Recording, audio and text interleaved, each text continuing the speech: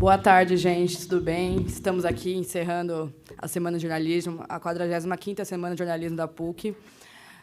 Queria agradecer a todo mundo assim que participou. O público está aqui também para assistir esse filme. Agora, se é o Cine Debate, né, o tradicional Cine Debate, que ocorre todos os anos, porque não tem como ter jornalismo sem um filme, né, gente? A gente sempre se baseia num filme, a gente sempre baseia numa obra, enfim. Queria agradecer também ao professor Mauro Peron, que está aqui como mediador, o professor José Faro, que está aqui também como comentarista, né, da mesa, o Rodrigo, que fez parte da mesa, o Gabriel, que também fez parte da mesa, e a Mariana. Gente, o filme é Corações e Mentes, de 1974, do Peter Davis. Ele também é um jornalista e é considerado um dos melhores documentários da história, né? E é sobre a Guerra do Vietnã e a questão política, né, envolvendo a Guerra do Vietnã. Professor, você quer falar alguma coisa? Bom, primeiro eu queria agradecer o convite para fazer a mediação da tarde de hoje com o Cine Debate, agradecer o apoio todo aí, né, do Benê, o suporte da Rafaela também aí na logística toda, entre outros elementos, e também queria dizer da importância desse filme aqui, né? Então, esse filme ele marcou uma geração de lutas sociais. É um dos filmes mais importantes da filmografia norte-americana e talvez do mundo. Talvez seja a maior obra sobre a Guerra do Vietnã, em termos de documentário. Mas eu penso que o filme ele avança para outros territórios. Eu penso que é um filme que, visto hoje, em 2023, ele foi lançado em 1974, como a Rafaela lembrou. É um filme que hoje ele talvez ilumine muitos dos debates que estão postos na ordem do dia de todas as áreas do saber. E penso também que é um filme que nos permite compreender também uma narrativa cinematográfica específica.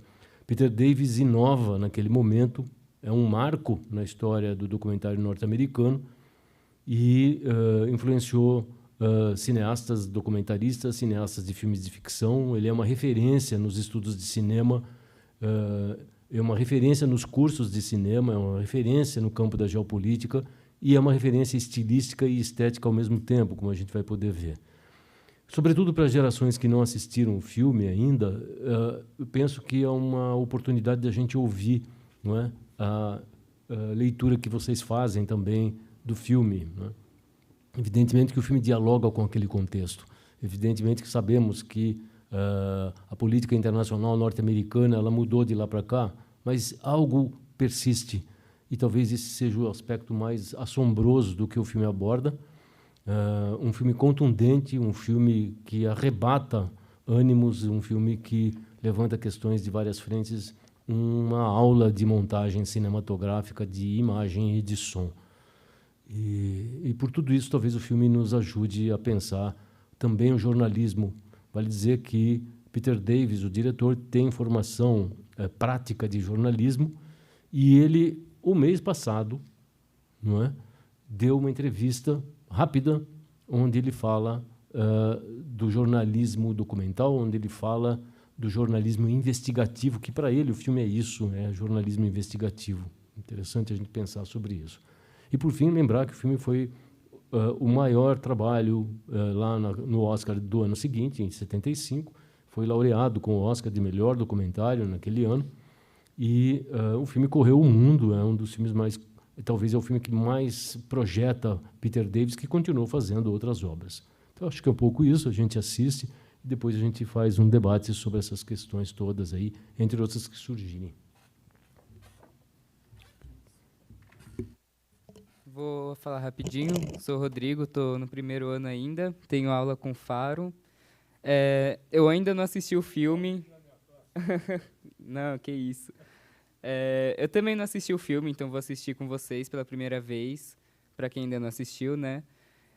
Eu ainda não conhecia o Peron, mas fiz minha pesquisa e o Peron e o Faro são duas pessoas que sabem muito de cinema, muito de arte, de história, então... Acho que vai ser um debate legal, todo mundo participar. E é isso. O filme. Oi, pessoal. Primeiro, agradecer o convite. Prazer estar aqui. Eu queria fazer uma única observação, mais no campo da história do que no campo do cinema. Talvez a questão técnica, a narrativa cinematográfica, a gente está em boas mãos aqui com o Mauro. Eu considero a Guerra do Vietnã o acontecimento mais importante da história contemporânea. Nós vamos ver aqui cenas de um povo extremamente pobre, carente em todos os sentidos, que derrotou 3 impérios. Os vietnamitas derrotaram o Japão, derrotaram a França e derrotaram os Estados Unidos. Uma energia nacional, étnica e política que é inconfundível com qualquer outro momento. Então, esse é o primeiro aspecto. Eu vejo esse filme como um registro de um acontecimento muito importante. Serviu de exemplo para gerações. A minha bolsinha aqui, vamos para cima e para baixo, tem um broche do Ho Chi Minh. Meu filho foi recentemente visitar o Vietnã, trouxe um quadro do Ho Chi Minh. Ho Chi Minh, para mim, é um herói. E o Von Giap, que era o comandante que liderava as estratégias de guerra, foi comparado a Clausewitz e Napoleão. Um cara que vivia a realidade social paupérrima do Vietnã. Derrotou 3 impérios. Esse é o primeiro ponto. O segundo ponto é assim, esse filme, tendo vencido o Oscar, ele vai na contramão da ideia de que tudo em Hollywood é alienação. Ele, na verdade, atropelou a indústria cultural e, pela contundência da denúncia sobre a guerra, ele foi premiado. Da mesma maneira que aquele filme que nós vimos lá, Rede de Intrigas. De repente aparece um cineasta independente, é o caso do documentarista, que se impõe pela contundência do trabalho dele e pela percepção que ele tem de abordar uma questão histórica muito forte, que é a do Vietnã. E, por último,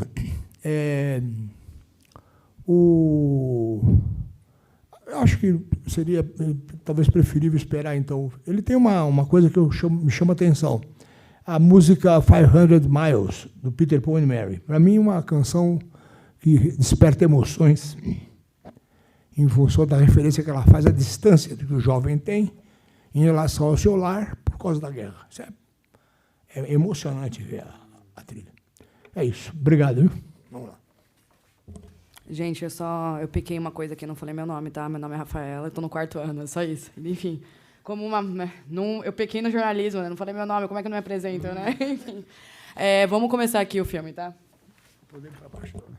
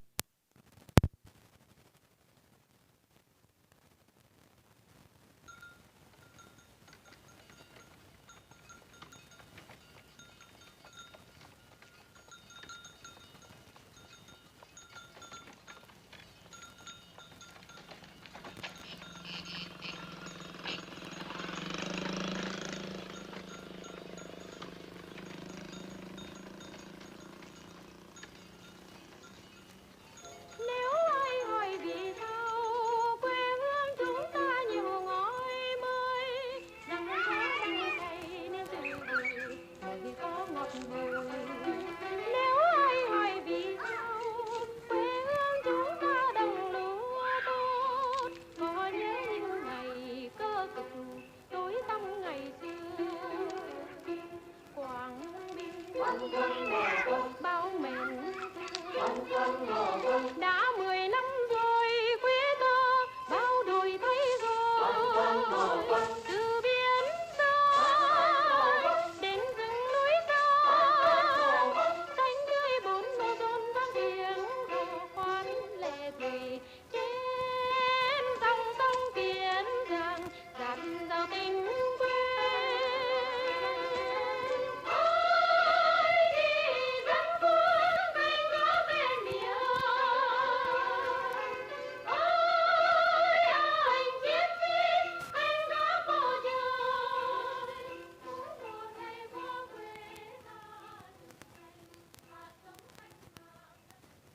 When the Second World War was over, we were the one great power in the world. The Soviets had a substantial military machine, but they could not touch us in power. We had this enormous force that had been built up. We had the greatest fleet in the world. We'd come through the war economically sound. And I think that in addition to feeling a sense of responsibility, we also began to feel the sense of a world power that possibly we could control the future of the world. Dressed up to win, we're dressed up to win, dressed up for victory.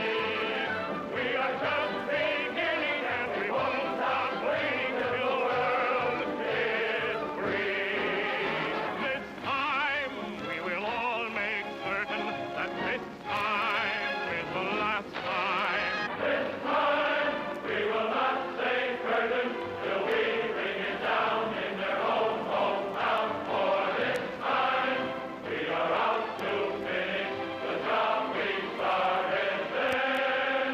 Clean it up for all right this time, so we won't have to do it again. Our vision of progress is not limited to our own countries. We extend it to all the peoples of the world.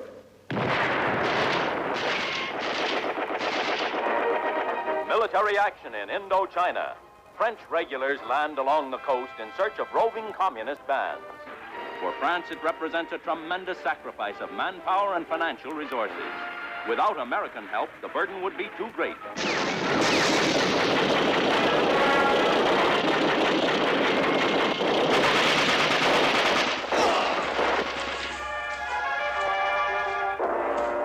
I do not expect that there is going to be a communist victory in Indochina. Nous étions au Quai d'Orsay et Foster Dulles se rendait à Genève où j'allais le rejoindre 2 jours après. Et il me prit à part dans l'embrasure d'une fenêtre du salon du Quai d'Orsay et il me dit « Et si nous vous donnions 2 bombes atomiques ?» Je suis le seul témoin, nous étions 2. I affirm, the Senator, Secretary Dallas offered me 2 atomic bombs. 2, neither 1, neither 3, 2.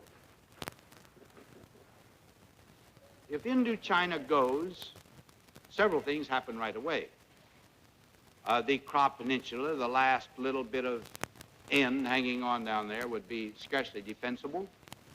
The tin and the tungsten that we so greatly value from that area would cease coming. We don't see the end of the tunnel, but I must say I don't think it's darker than it was a year ago, in some ways lighter. Yes. So we must be ready to fight in Vietnam, but the ultimate victory will depend upon the hearts and the minds of the people who actually live out there. Throughout the war in Vietnam, the United States has exercised a degree of restraint unprecedented in the annals of war.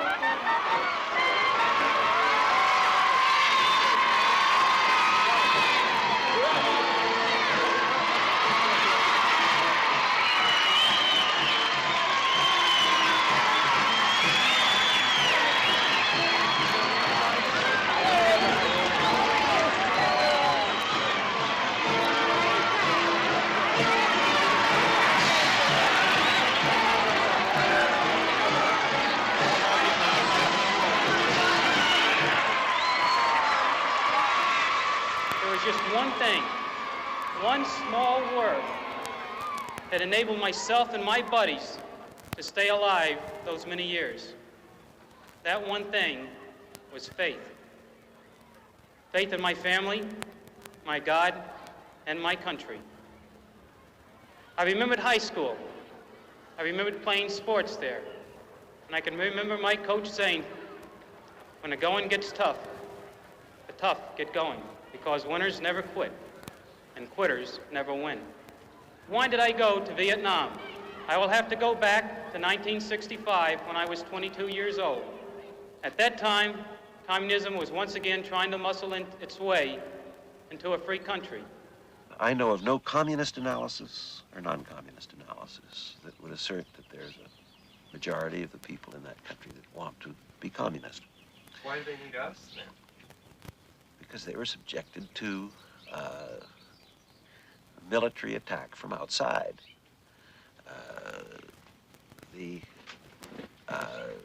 Are you really asking me this goddamn silly question? Oh, you really want me to go into this, Mr. Davis? I mean, you know, we really got to go back to fundamental. You want me to just go back to the origins of this thing, then? All right, I'll do it. But this is pretty pedestrian stuff, I must say, at this late stage of the game. Honestly, it is. Well, I'll do it. I'm there's all right. a lot of disagreement about. No, there's not. About the origins. No, there's not. There's no doubt. All right. Well, now I'll answer your question. You can throw away that tape. But I didn't really expect to have to go back to this kind of sophomoric stuff. But I'll do it. The problem began in its present phase after the Sputnik, the launching of Sputnik in 1957 October. This opened a phase of not well coordinated, but universally optimistic and hopeful communist enterprise in many parts of the world. Renewed hostile actions against United States ships on the high seas in the Gulf of Tonkin have today required me to order the military forces of the United States to take action in reply. We always hesitate in public to use the dirty word lies, but a lie is a lie. I mean, it's a misrepresentation of fact. And it's supposed to be a criminal act if it's done under oath. Mr. Johnson didn't say it under oath. He just said it. We don't usually have the president under oath. There are those who ask why this responsibility should be ours. The answer, I think, is simple. There's no one else who can do the job. If necessary, I am ready to go back. We all must be ready. You must have the political, economic, and philosophical courage to send me, or do whatever you think is necessary. I must be ready to go. If I did well, it is only because Lyndon did well in bringing me up and making me into a man. If I served the military well, it is only because the military trained me to be a good officer. If I am a good American, it is only because America brought me up to be a good American. There might be one. It was a sight to touch the heart of the most callous in the crowd. Lieutenant George Coker was back in Linden, New Jersey, the hero of the day. 3,000 people turned out to greet him. Schools were closed and streets were blocked as the young former prisoner of war walked on a red carpet to the steps of City Hall. Mic is still open. Oh, I'm from Duncan, Oklahoma, which is about 90 miles south of here. And I lived around several places, Missouri and Chicago, Detroit, Germany. By the time I got out of high school, I was very conservative. We have, in Duncan High School, the high school had bought a, excuse me, a John Birch package on communism. So we studied communism via the John Birch Society, and with the big red map with the flowing out of the disease and so forth, and learned how Karl Marx was a very cruel man and used to make his family suffer and so forth.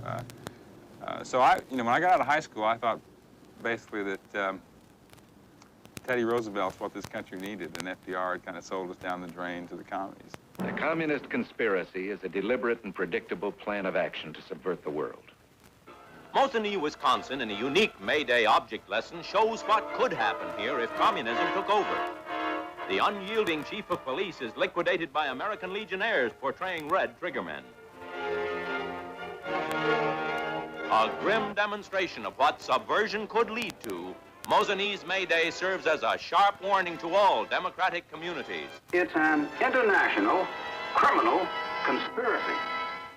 Before we know it, we're going to turn our backs around someday, and before we know it, the whole United States, we're going to turn around one day and see nothing but VC. Or not VC, but communism. We're going to turn around and say, what happened? People just walking in with riots, drugs, you name it. They're tearing us down from inside out. In 1917, when the communists overthrew the Russian government, there was one communist for every 2,277 persons in Russia. In the United States today, there is one communist for every 1,814 persons in this country. If we lose Indochina, Mr. Jenkins, we will lose the Pacific, and we'll be an island in a communist sea. Go ahead. How did it go? Oh, Mother. I swear that I am not now or ever have been a member of the Communist Party. Feel better? Of course, when you get down to communism, I've been fighting communism since 1951, actually. I always looked at, the American fighting man as being, like a warrior of sorts, due to, my background, the way my mother brought me up. She always spoke of the warrior societies of our tribe and of the different tribes around us, and how that these men always had to work to gain the respect of the people around them, and how they had to live more or less a life dictated to them by the society that they belonged to, and it was extremely hard.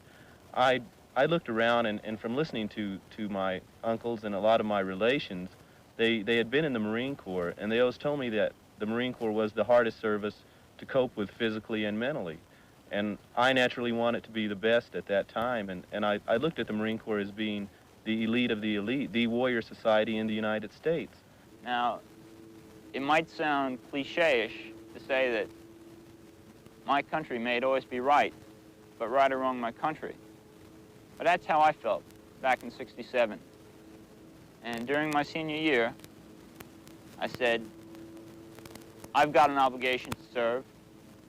I've got to fulfill it. There's no reason physically why I would be exempted. And therefore, I'm going to enlist.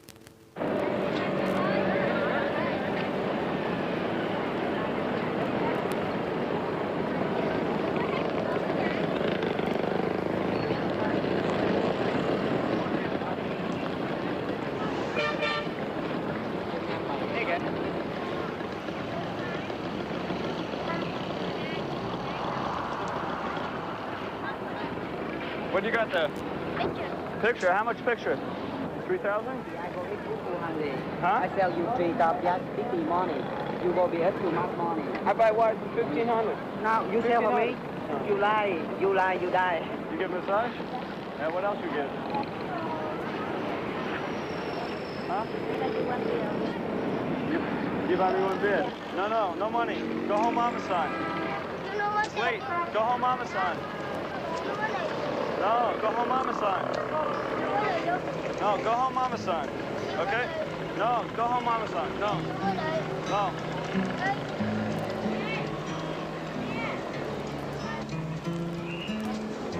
Huh? How much? You? It's too much. Beaucoup. Yeah, for sure. No good. If you miss the train I'm on, you will know that I am gone. You can hear the whistle blow 100 miles. Lord, I'm one, Lord, I'm two, Lord, I'm three, Lord, I'm four, Lord, I'm 500 miles from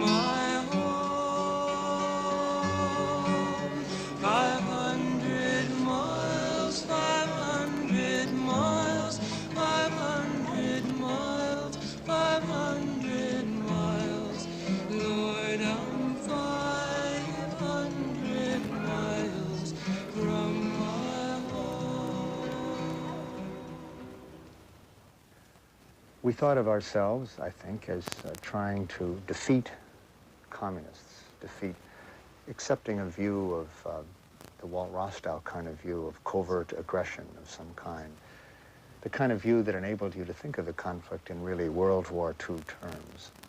That was an unquestioned assumption. It had an idealistic flavor to it, but it was the underpinning of an imperial policy, basically. I shared the assumption very easily and felt it as an idealistic one, really. We were doing something for them. I recall that I was in the New York area at the time, and I stopped by to see General MacArthur, who I had known for several years. When he greeted me, he made quite a prophetic statement. He said, "Westmoreland, I see you have a new job." He says, "I hope you appreciate that this new assignment is filled with opportunities, but fraught with hazard." And indeed, this was a prophetic statement.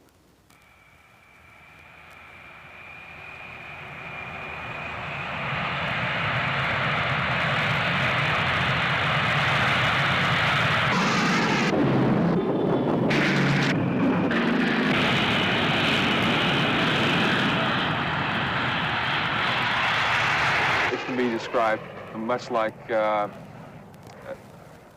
singer doing an aria, you know, that's totally into what he's doing, you know, totally feeling it. He knows the aria, and he's experiencing the aria, and he knows his limits, and he knows whether he's doing it and doing it well. Flying an aircraft can be a great deal like that. What's a race driver feel like? When does a guy want to drive an Indianapolis 500 and go charging around there? I guess perhaps the risk of dying, being killed, is part of it that makes it thrilling. I can tell when the aircraft feels just right. I can tell when it's about to stall. I can tell when I can't pull another fraction of a pound, or the airplane will stall, flip out, and spin on me. I would follow a little pathway on something like a TV screen in front of me that would direct me right, left, or center. Follow the steering, keep the steering symbol centered. I'd see a little attack light when we stepped into attack. I could pull the commit switch on my stick, and the computer took over. Computer figured out the ballistics, the airspeed, the slant range, and dropped the bombs when we got to the appropriate point, in whichever kind of attack we'd selected, whether it be flying straight and level or tossing our bombs out. So it was very much of a technical expertise thing. I was a good pilot. You know, I had a lot of pride in my ability to fly.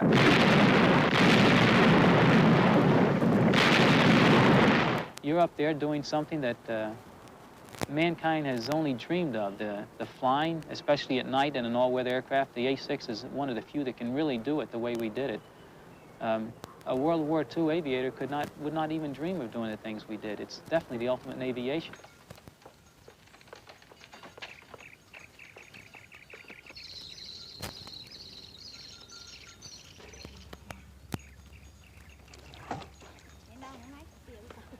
Almost everybody has blown off firecrackers. The thrill you get when you see something explode as a child, or even as an adult almost. You put something in a can and watch the can blow up or blow up in the air.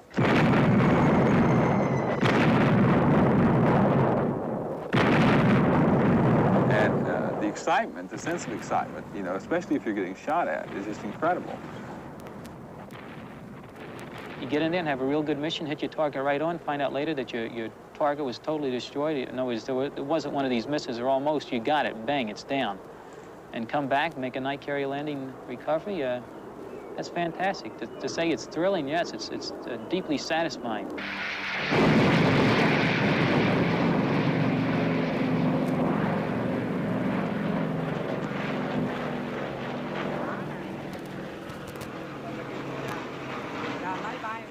The planes again. Are they American or Vietnamese? I don't know whose they are. Just airplanes. What was this here? I used to raise pigs here, right in there. Where was the kitchen?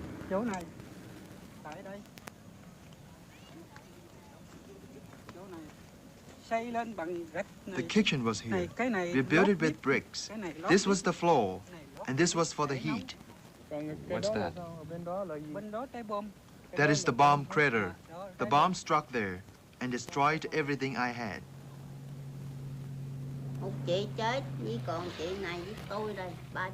An older sister died, and I have another older sister left. Yes, there were just the three of us, but then one died, and I'm supposed to live in a house over there. But now it's just a heap of rubble. How old was your sister? 78. What did she die of? Bombs. Bombs were dropped here the other day, and they killed her.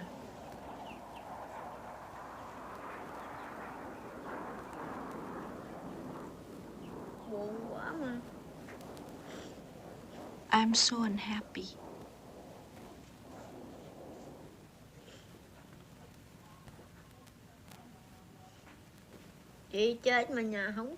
My sister died, and I've got no home left. I've moved in with my sister here. I've been wounded. Can't do anything for a living now. I'm old and weak. I've got nothing to sell, nothing to do.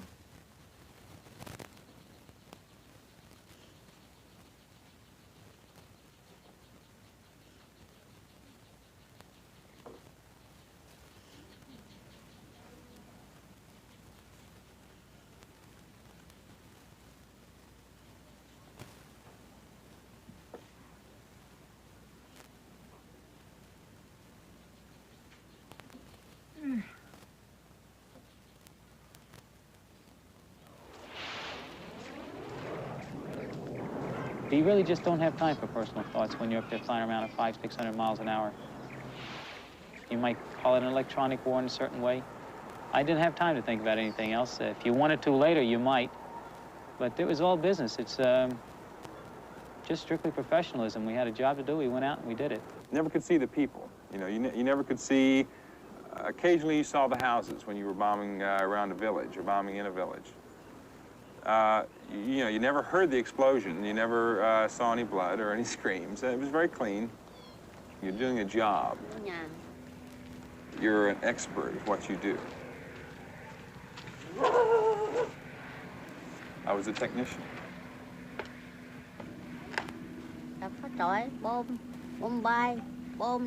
Everything just collapsed under the bombs. Everything just caved in.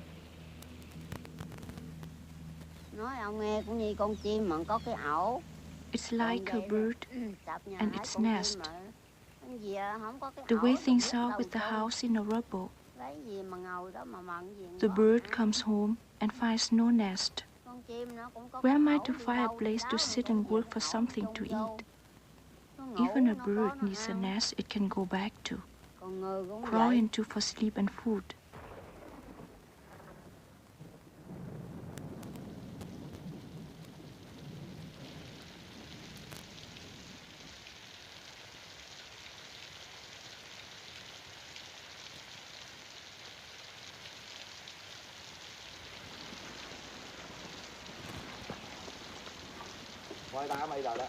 Look, they're focusing on us now. First they bomb as much as they please, then they film.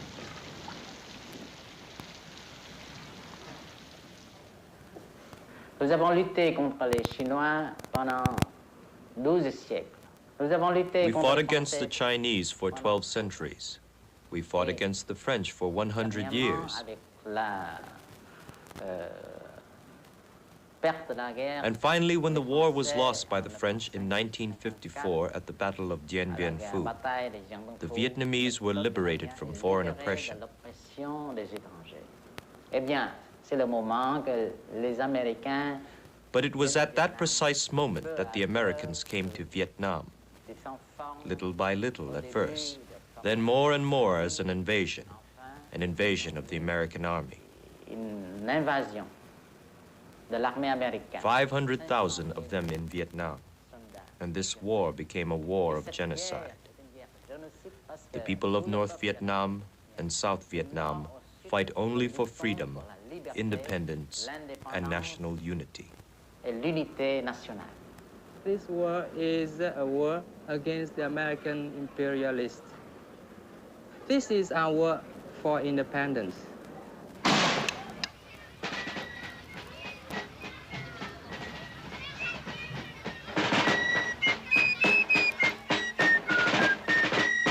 What we are trying to put across here this afternoon is to get you to realize that these weren't mythical, hazy people from the past. These were very real people. When they rose up against the most powerful army in the world, they were actually putting everything on the line that they had. Their homes, their wealth, their past, and their future. We hold these truths to be self-evident, that all men are created equal, that they are endowed by their Creator with certain unalienable rights, and among these are life, liberty, and the pursuit of happiness. And when you judge the revolution and the problems and the success we had, it was a two-way street. A good many of the citizens at the time of the revolution actually stayed and fought with the British. It was close to being a civil war in many areas. You actually split many families. Thomas Jefferson said the tree of revolution is, or the tree of liberty is, what, watered by the blood of revolution every generation. I think that's a little exaggerated, but there's some truth to that. The war had come to Westchester County, but so too had independence and a new responsibility. Well, men are getting killed, men are killing. That's the parallel. As far as politics, are you kidding? Oriental politics? Don't put me on, man.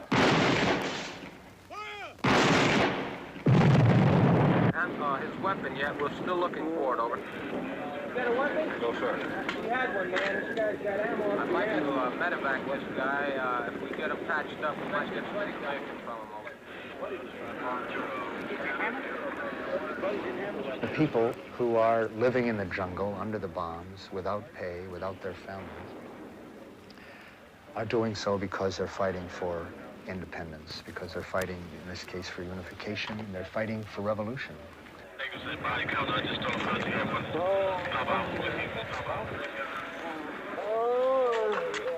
Of course, the name for a conflict in which you're opposing a revolution is counter-revolution. And this was something we never admitted to ourselves at all. It's what we were really doing. The letters and the reports we had on Ho Chi Minh's attitude back in 1946. He wrote, I think it was 7 letters to this government and received no reply. The pathos almost, the sadness that here's a man who felt and believed the United States would be sympathetic to his purpose of gaining his independence from a colonial power.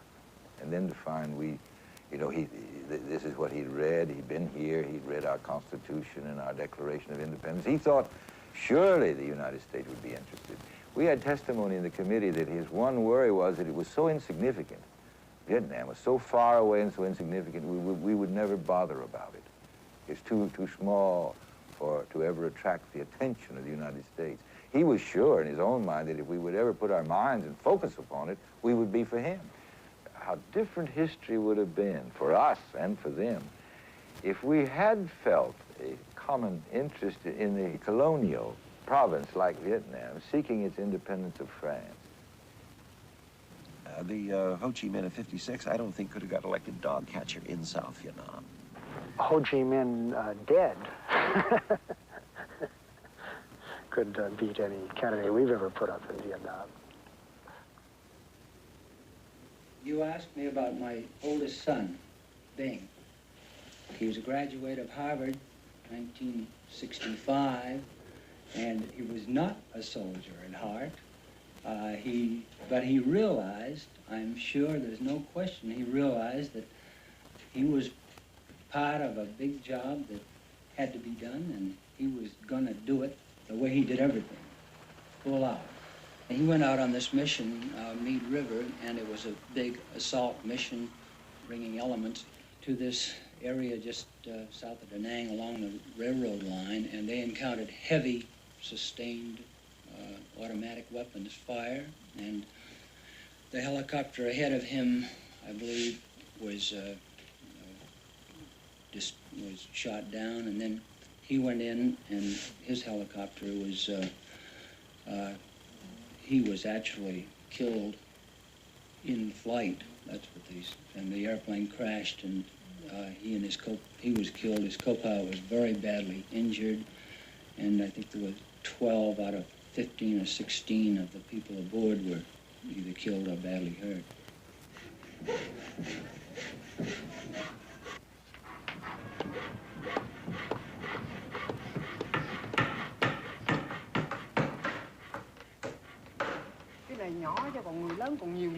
Many bombs, many coffins. These are for children. 800 or 900 a week. I have lost 7 children myself. Many have died here. Though it's nothing like in the countryside, many more have died there. In the countryside, there are no coffins. There's no money to buy them. How did all the children die? Poison. Poison, you know.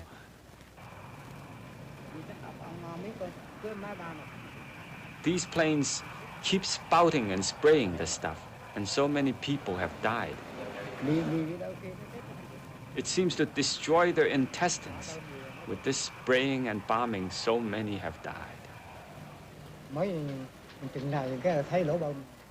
Each day, right on time, the bomb craters appear.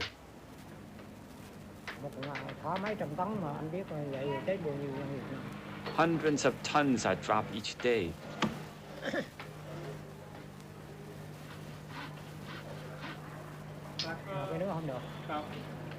And we can't talk about it. We can't talk about it because we are afraid of the government.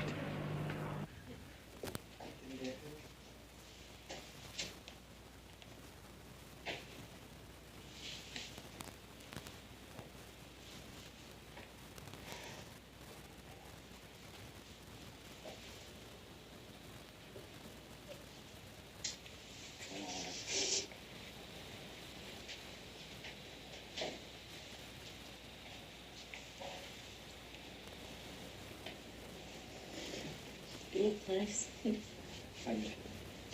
What'd you do?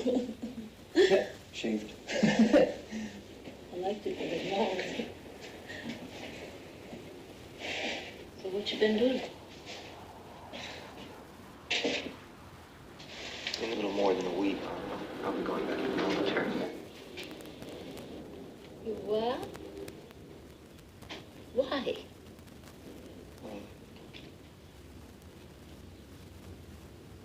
After what they've done to you? Well, it's a choice between that or Canada again. Or staying underground, which is, as you know, impossible. Have you been in contact with them? No, but I've got a lot of support. You'll get the same deal Mike's getting. Well, it's going to be a different type thing. See, I'm going back publicly. We're having ad hoc congressional hearings. Yeah. It's really been building up over the past couple of months now. And what it is... Be able to be there? Of course you're going to be there. We're going to try to get Ronnie there, too. Because you know what I feel about the Army? All these people holding their heads high because they lost a son in Vietnam or something. I don't think that's much to be proud of. They've lost more than they'll ever gain for the rest of their life. I wanted them. And I remember I was sitting like at the base of the hill, and I was on one of the tanks, and I had an M16, I had stacks of magazines, and there were 2 guys, you know, that were going through like some grass, and bam, I dinged in on one of them, and I nailed him, you know, and the Aussie with me confirmed, you know, that I dinged him. And I felt good, and I wanted more. And it wasn't that I wanted more for politics or anything like that. No, you know, I couldn't have cared. They were whatever. I just wanted them because they were the opposition. They were the enemy. Stinking little savages. Wipe them out, I say. Wipe them out. Wipe them off the face of the earth. Will we ever understand these Eastern races? Hit me, Poon, soon.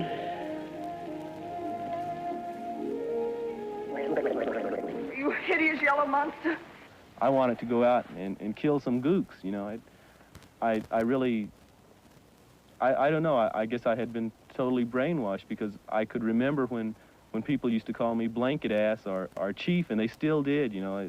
I think my name was Ira Hayes in boot camp, either Ira Hayes or Squaw, depending on what type of mood the drill instructor was in. But there I was, you know, saying I want to go kill some gooks, you know.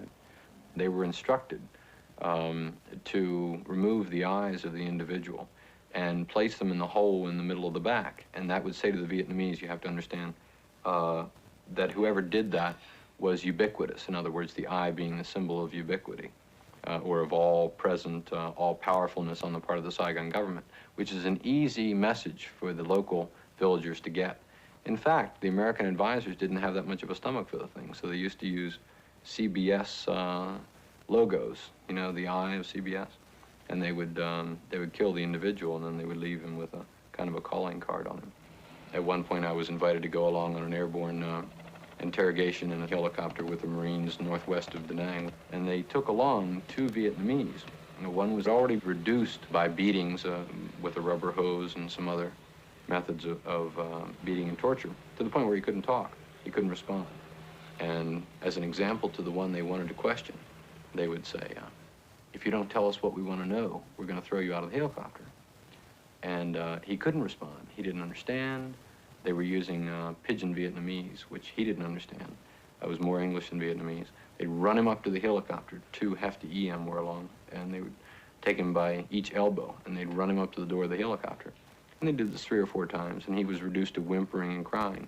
And they finally told him that this was the last run, and he still responded the same way, and they just winged him out of the helicopter. The second fellow immediately started to babble anything he could tell them, any kind of information he could give them, for one goal, and that was to reach the ground alive again. I just can't see in my mind, like you said, somebody throwing somebody out of a helicopter. I don't believe this kind of stuff happened. Maybe it did. I don't know. I never saw it, put it that way.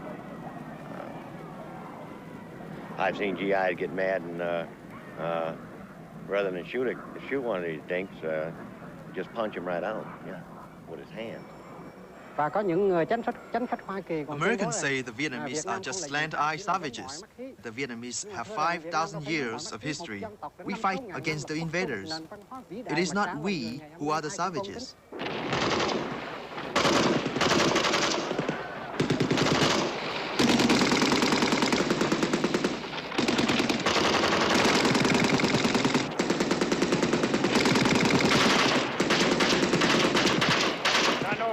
That's the worst.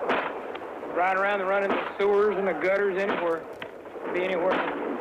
Just hope you can stay alive from day to day. Everybody just wants to go back home and go to school. That's about it. You lost any friends? Quite a few. We lost one the other day. The whole thing stinks, really. The dude in the foxhole with me, he was dead.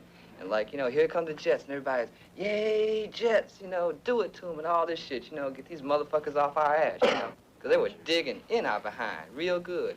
And like the Jet came in, and he said, yay, Jet, get him. And you see him swooping on around, yay, Jet, get him. And he came over that way and let it go, and he said, uh-oh, you know, and you could see it, it's napalm canister, because you can tell them, because they spin asshole over head, you know, backwards as they're tumbling through the air, coming down. Big silver dollar. And the thing is just tumbling down, and you know it's coming right at you, you know? And like, wow, the napalm hit, I grabbed this dude and just put him up over my head in the hole like that. And fucking napalm went down the whole line, man, just creamed. Everybody in the line, 35 dudes, man, just burnt. Post-toasty to the bitter, you dig? And the napalm was just dripping in on both sides of this dude. He's dead, you know, I'm just holding him up, using him as a shield. So I just chunked this dude off of me and just sprung out of the hole, and I didn't know which way I was going outside the back. You dig, and just ran through, burned my pants off, spent the rest of the battle running around with no drawers, my stuff just hanging out all over the place, you know, and all that. You ever try to fight a battle without any drawers on, man? awful sick of it. I'll be so glad to go home. I don't know. It's the worst area we've been in since I've been in Vietnam. You think it's worth it? Yeah, I don't know. They say we're fighting for something. I don't know. I was at a very kind of sobering thing last night, a memorial service for 4 men in the 2nd Squadron who were killed the other day, one of them being a medic. And the place was just packed. And we sang 3 hymns and had a nice prayer. I turned around and looked at their faces, and I was just proud. My feeling for America just soared because of the way they looked. They looked determined and reverent at the same time, but still they're a bloody good bunch of killers. When you go forth to war against your enemies and see horses and chariots and an army larger than your own, you shall not be afraid. Well, let's not anybody be so naive as to think we're here in any way to worship football. Nor are we here, as I'm sure many people believe, to pray for a victory. We believe in victory. We believe it'll come to the team that's best prepared. This is serious business that we're involved in, and that's religious, and God cares. There are going to be men made tonight, and that's religious, and God cares about that. We're concerned about the big game, but we're also concerned about the bigger game, the biggest game of all that surrounds us, the game of life. May you be winners. Winners in the big game, but even more importantly, winners in the biggest game of all, which we all play. Let us pray.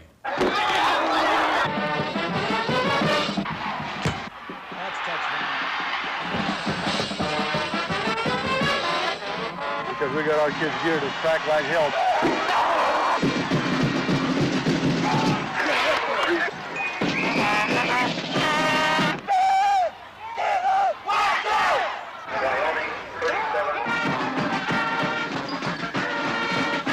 We're number 1!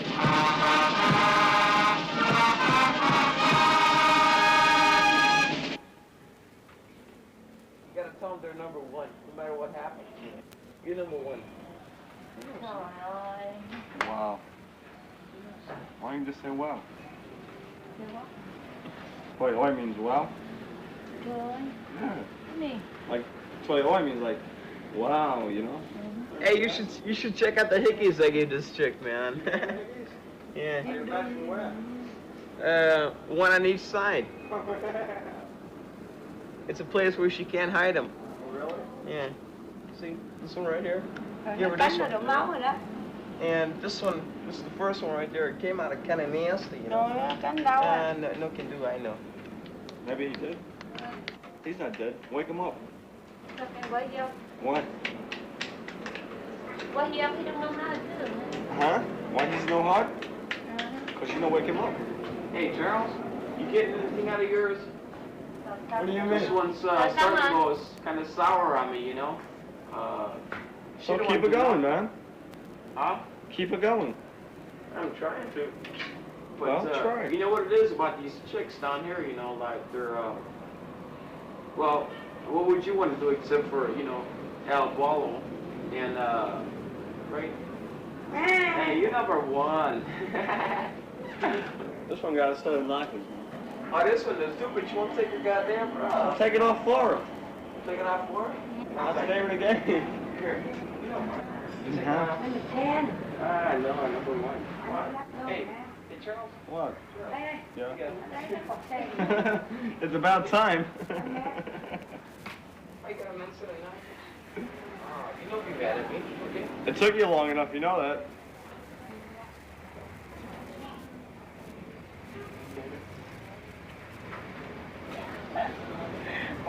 Oh yeah. Check it out, baby. Check it out later, man. Check it out later.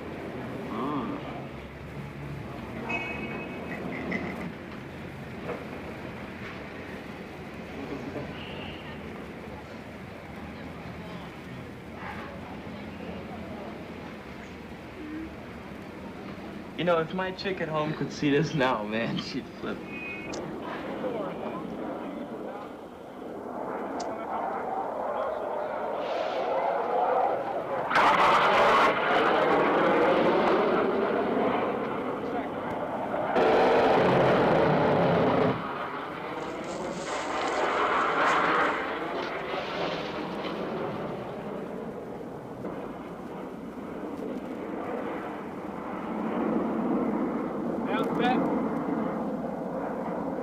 One more. Dad, this man here. Where's the lead go? See, it goes back to the other side where it's fluid.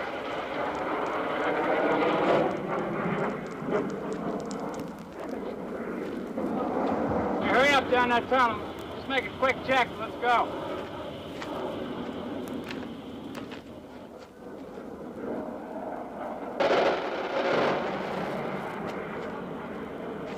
Okay, well, hurry it up. Check it out quickly.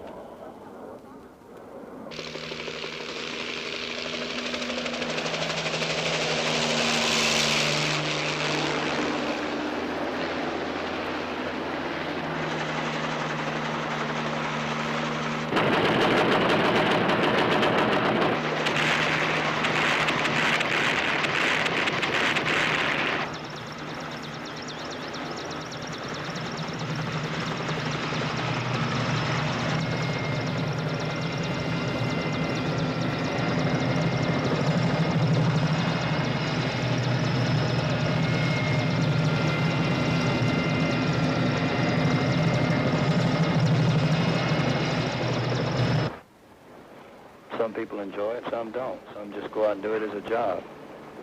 It's a daily grind. What is it to you? I enjoy it.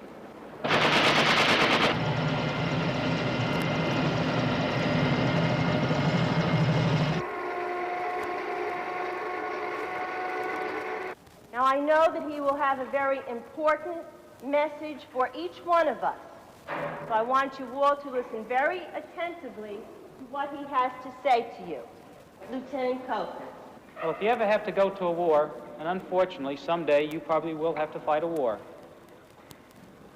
you'll find out that life becomes very simple, because the only thing you're concerned about is living and dying. Everything else is unimportant, because suddenly your life is at stake. And that's what it's like to be when you become a prisoner, particularly if it's a prisoner of war. Because the thing that got us through were the things that we learned before we were 10 years old. I'd like to open up the questions now. Just raise your hand or yell it out, and you can ask any question you want about anything, and I'll do the best I can to answer them. How did you feel when the Vietnam War was over? How did I feel when the war was over? I felt real good, real good. It was a long war and a very difficult war to understand. But the reason we went there was to win this war. I volunteered to go. I would go again if I had to. And we wanted to win. That was our number one ambition. That's what we really wanted, was to win this war. It took us a long time. So when it's finally over, when we knew that we had won, we felt great. We really felt great. What did Vietnam look like? What did Vietnam look like? Well, if it wasn't for the people, it was very pretty. The people over there are very backward and very primitive, and they just make a mess out of everything. What do you feel about the people that went and burned their draft cards and went into Canada? We don't agree with them. I think these people were legally wrong. I think sometimes they were cowards. If they wanted to leave and go to Canada, that's okay. But they can't come back, though. In other words, they have disagreed. They say, we don't like your country, we don't like your people. They're saying that to you and me. You know, I don't like you, so I'm leaving. Well, fine, that's okay. There's no reason to hate a guy for that, because that's also his right.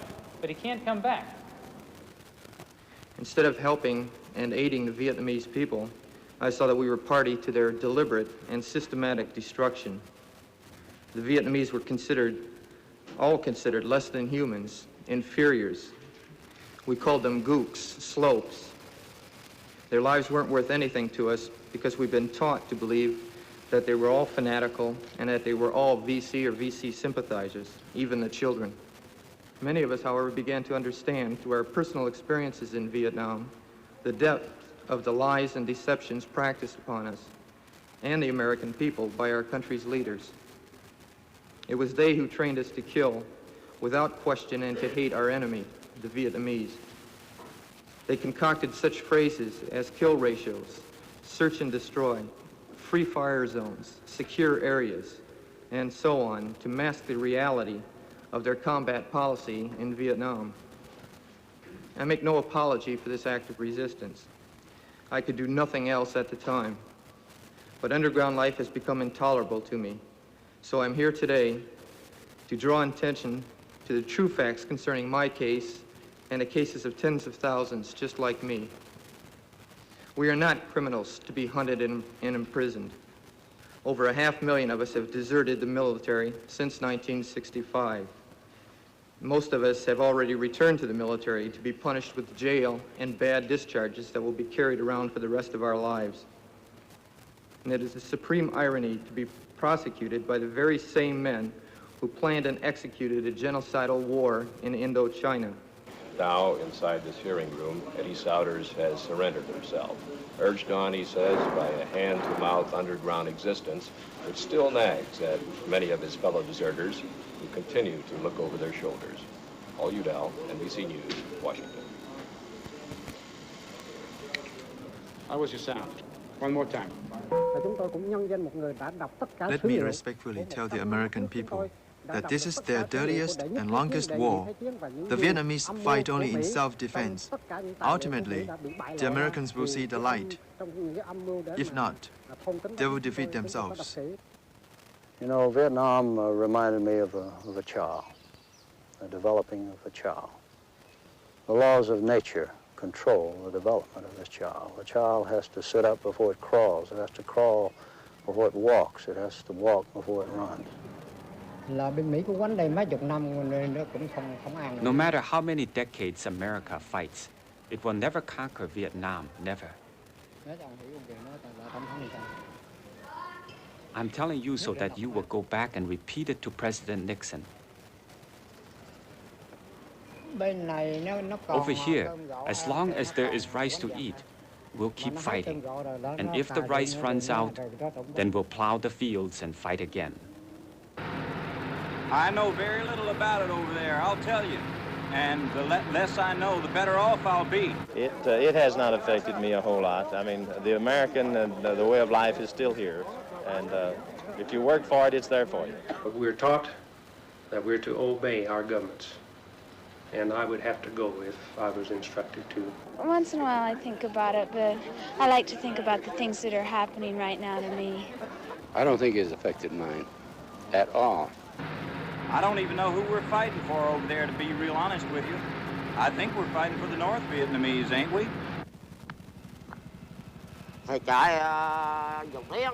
I fled from Dao Tien to go live in Sui Dua. Then I was allowed to go back. I went back and stayed in Ben Chua. While I was in Ben Chua, trouble broke out again. So I was taken up to Po Tak.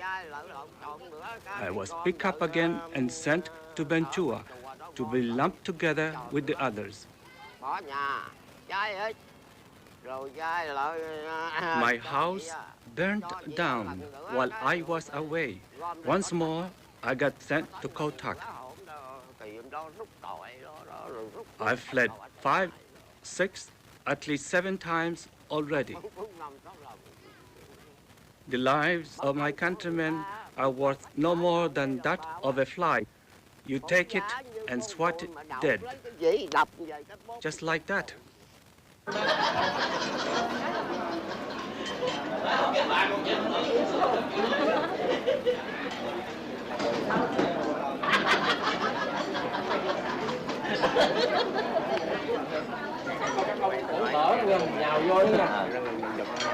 Nhào vô đó nha, cái đường ra có gì đâu, chưởng vô cái chưởng ra này nè, chưởng vô đó, tầm hồn chưởng vô đó, chưởng ra này, vậy đánh gạo muốn bà hết trơn chưởng ra. Anh mỏng mỏng đó nha, đừng có làm vậy không có ngon mấy anh. Dạo ở trong cũng vậy, lót mỏng mỏng nó ngon. Ladies, let me tell you, There once were some women amusing themselves, and one pushed the other onto a table. The lady's falsies broke the table in two. If a table breaks, think of what would happen to a man's face. Watch it, they'll film me. Don't make jokes. People in America will think we're ridiculous. We have about 15 companies now, including insurance company and tractor company. We are in the hotel business, in the travel agency business. We are the exclusive dealer for Ford in the country, Ford cars. Oh, many other things, like an oil company in the forming. We have a bottling company. In other words, we greatly believe in the future of this country, and we think there's a great future for Vietnam, and we think that Vietnam will be livable, will not go communist, because otherwise all these companies will go to waste. And the way we work is we take a calculated risk. If we don't lose South Vietnam within the next 3 to 5 years, then nobody can catch up with us. I'm a Johnny-come-lately as far as war profiteering is concerned. The reason why I organized this group of companies is because when I, was in Paris, I saw that peace was coming whether we liked it or not. Therefore, I got home in order to prepare for peace. All these companies have been organized in order to prepare for peace and prepare for the economic takeoff that will come with peace. Like we have the infrastructure of hotels, of travel agencies and things like that, but of course there are no tourists in Vietnam now, but there will be. And we are getting ready for that sort of thing.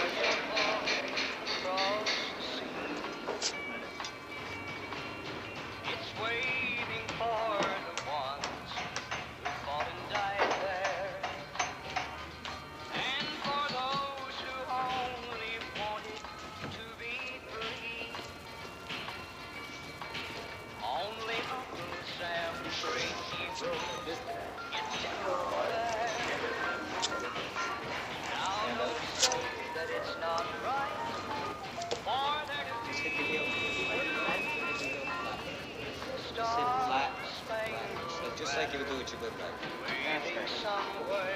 Try to walk me. Cause it's waiting there for you and for me. There really isn't that much. We're just walking, and we were walking on a patrol, and we ran into an ambush. About 6, 7 guys really got hurt. We ran into a battalion ambush, they said it was. And it was supposed to be one of the ambushes of Ted season, one of the biggest.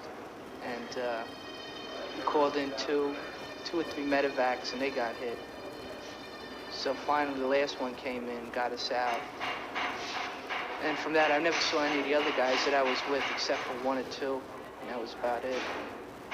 Most of the guys that we keep in touch with are the guys in the hospital. They usually have a reunion once a year. That's about it. There's really not that much to talk about.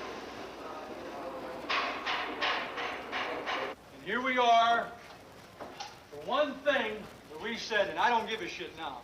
I don't care about the football game now. I don't care about anything now. The one thing that we want to show these bastards was mass and pride, didn't we? Is that we come down and show them a great mass and effort? And what the piss you doing? What are you doing? Get to them, guys! God damn it, Tommy! Don't let them beat us! Don't let them beat us! Mike, don't let them! Show them mass and pride! Let's go!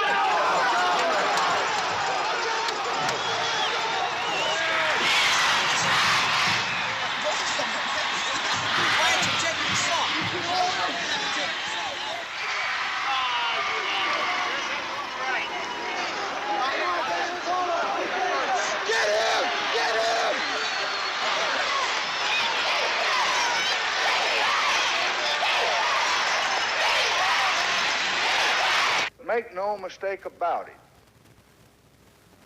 I don't want a man in here to go back home thinking otherwise. We are going to win.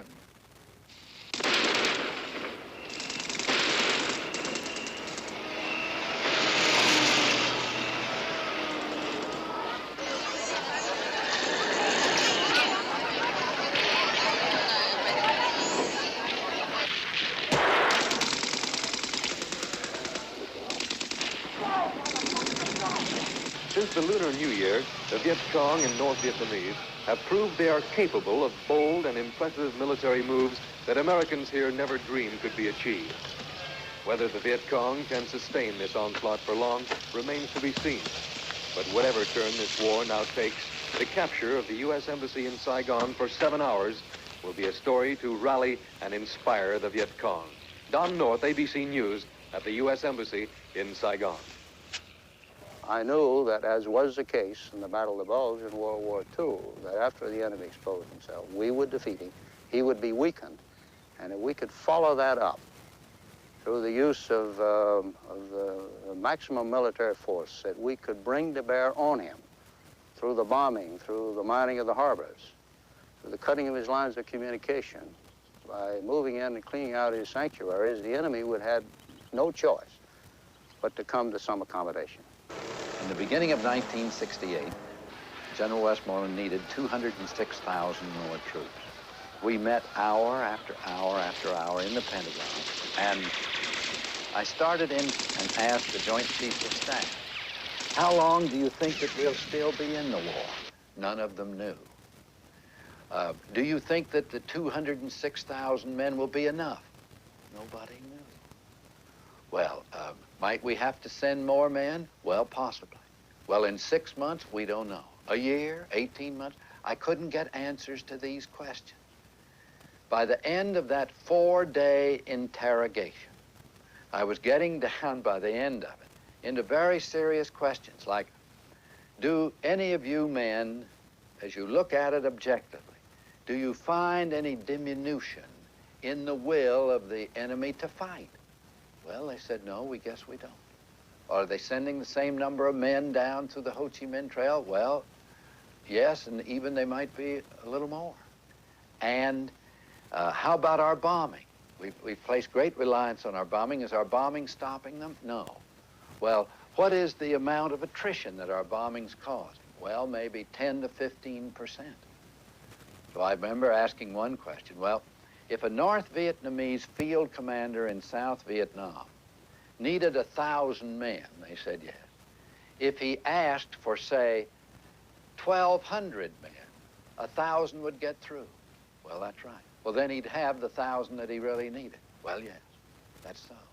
Well, this type of interrogation, finally, by the end of 4 or 5 days, I must say that my thinking had undergone a very substantial revolution. All we are saying is give peace a chance. All we are saying is give peace a chance. All right, everybody. All we are saying is give peace a chance.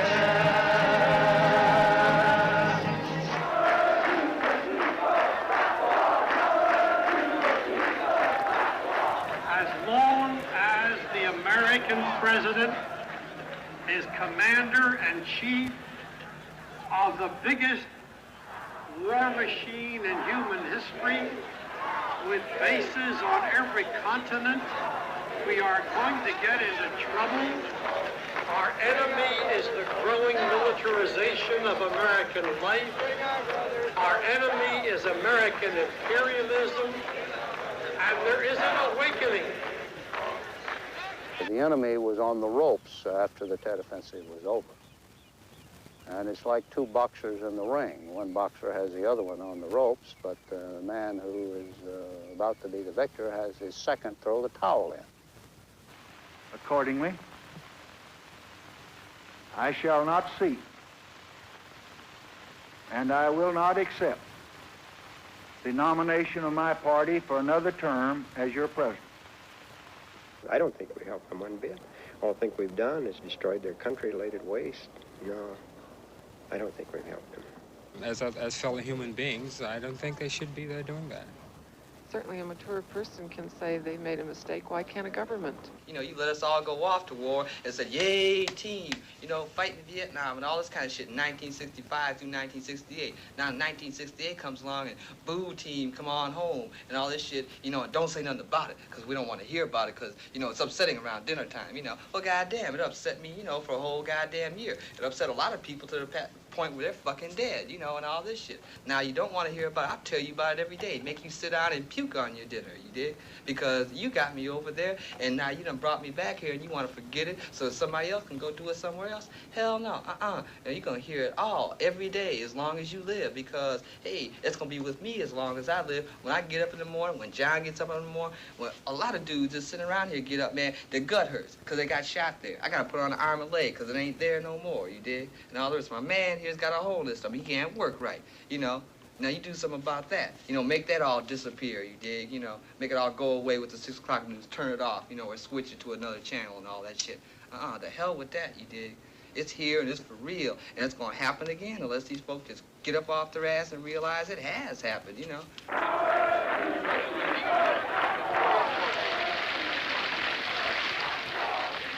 The country is ready to pass a reasoned judgment on this war. The people have judged, I think, that it's unwise and immoral and not in the national interest of this country, and that therefore it must be brought to an end.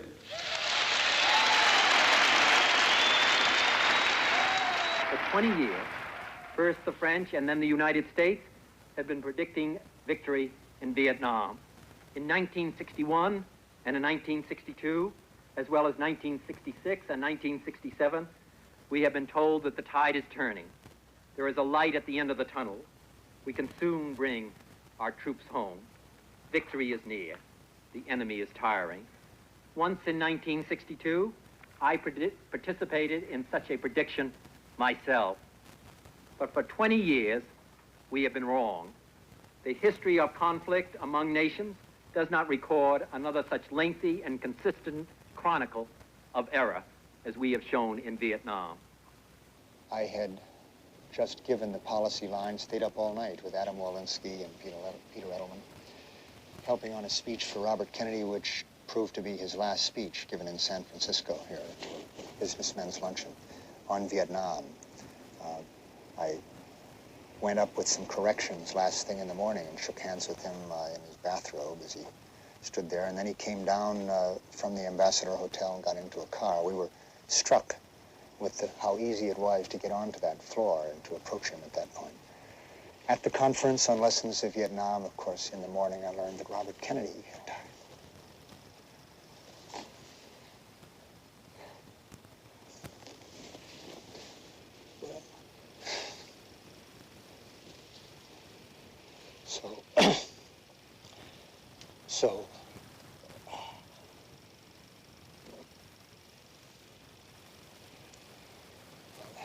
That was a way for a lot of people to feel powerless.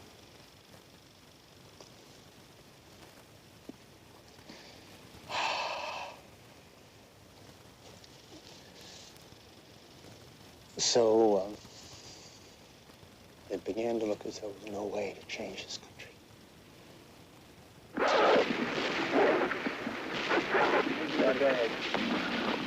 That bag right here. There you go, right there, one right here.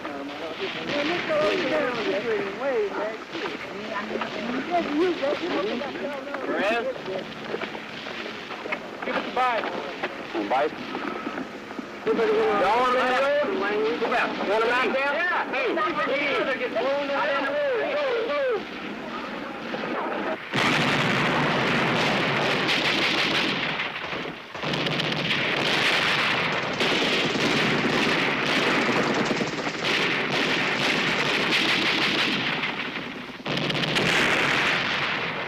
Almost down to the 6-by truck that just came through the bill.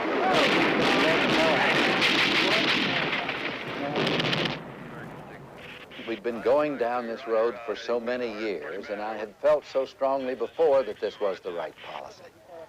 that it was difficult for me to change. I know now that the domino theory was a false theory. I know now that we should not have become involved. As far as I'm concerned today, I have no hesitancy whatsoever in saying I could not have been more wrong in my attitude toward Vietnam.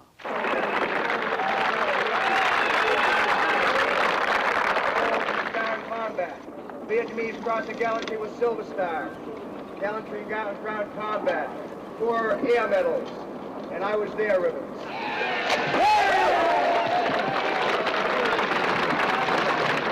And I got a colonel that's flying upstairs, and he's getting down on me, and he's saying, take the hill, take the hill, take the hill. So I got together with the tank commander, and I said, look, let's take 3 tanks, and we'll walk the Yavin up the hill, you know, and we'll lay down a base of fire as we're going. I said, okay. Got with the Yavin, and I said, let's fly. So I popped up behind the lead tank and started to go up the hill, and everything was cool until we started taking fire. And the Yavin started to split, and that's when I got it. I said, oh my God, I'm hit. I couldn't believe it. You know, I can't believe it. I'm really hit.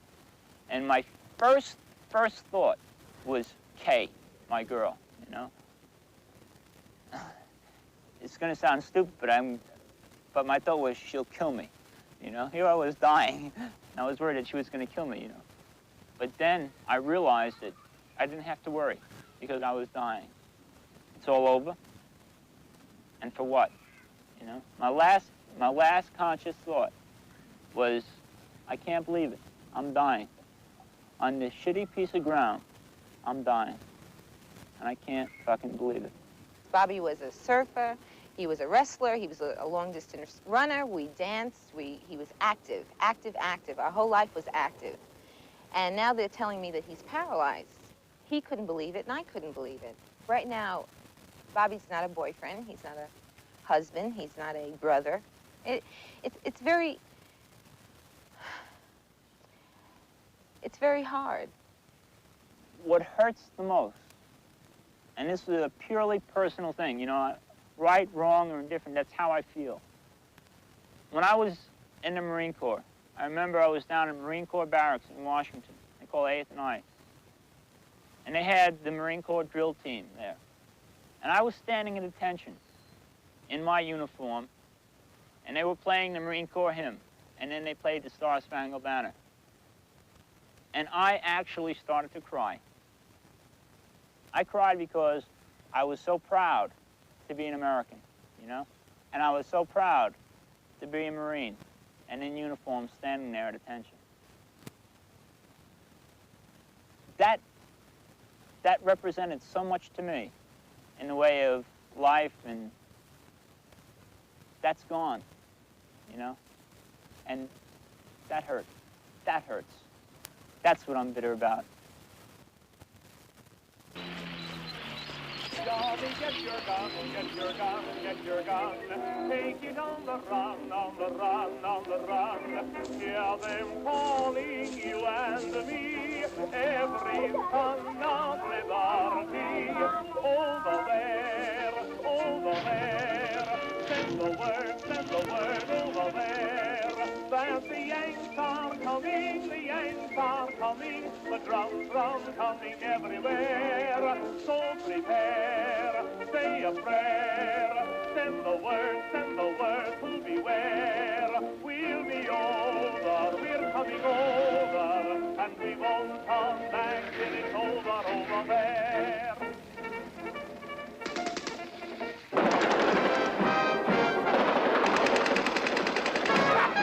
Didn't think we were here, did you dirty rotten rat?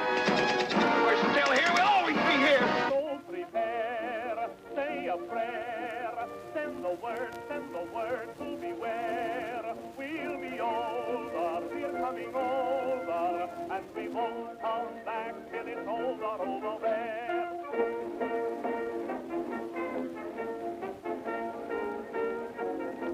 Truman lied from 1950 on on the nature and purposes of the French involvement, the colonial reconquest of Vietnam that we were financing and encouraging. Eisenhower lied about the reasons for and the nature of our involvement with Diem, and the fact that he was in power essentially because of American support and American money and for no other reason. Kennedy lied about the type of involvement we were doing there, our own combat involvement, and about the recommendations that were being made to him for greater involvement. President Kennedy lied about the degree of our participation in the overthrow of Diem. Johnson, of course, lied and lied and lied about our provocations against the North Vietnamese prior to and after the Tonkin Gulf incidents, about the plans for bombing North Vietnam, and the nature of the buildup of American troops in Vietnam. Nixon, as we now know, misled and lied to the American public for the first months of his office in terms of our bombing of Cambodia and of Laos, ground operations in Laos. The reasons for our invasion of Cambodia and of Laos, and the prospects for the mining of Haiphong that finally came about in 1972, but was envisioned as early as 1969.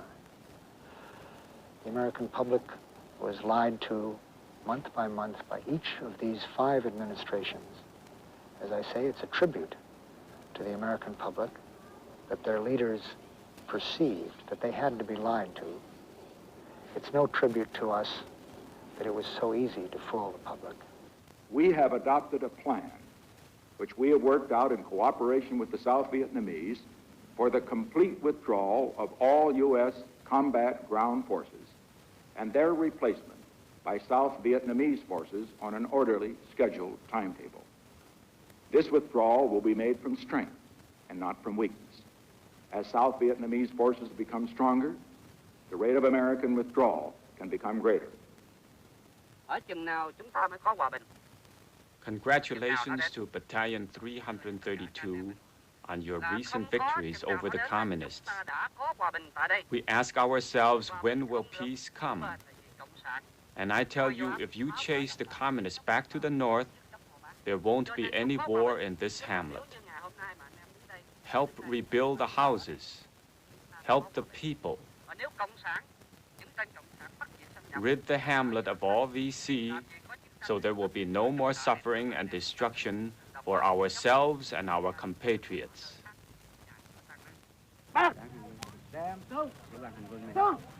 Oh, my friend. Good to see you again. You just come out, sir?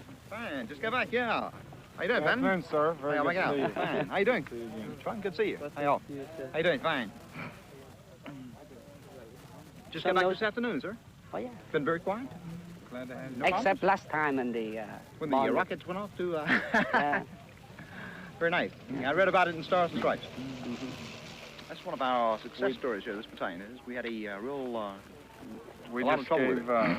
4 Bronze Stars and 5 ARCOMs with V device this week to the battalion commander and 3 of his officers and 5 soldiers.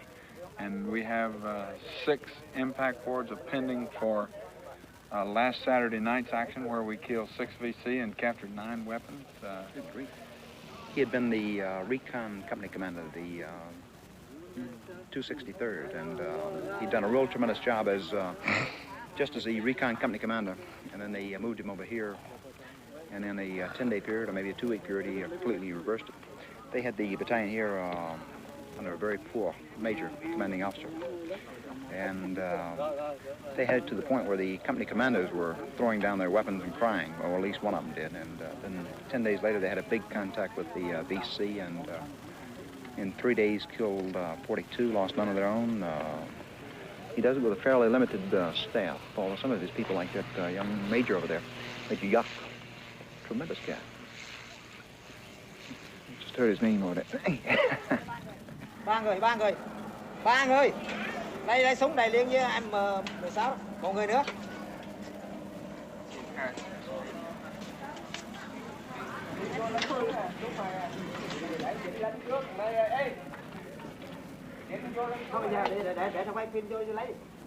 It's no surprise that in a very poor country, you can find people who will wear foreign uniforms.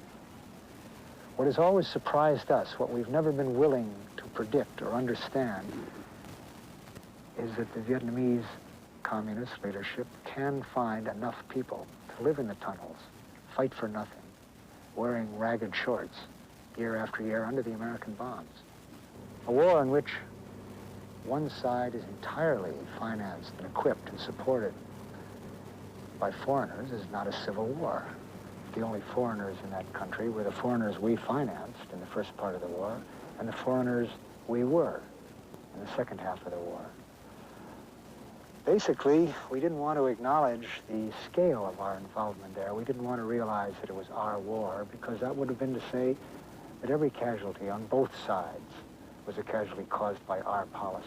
The question used to be, might it be possible that we were on the wrong side in the Vietnamese War? But we weren't on the wrong side. We are the wrong side.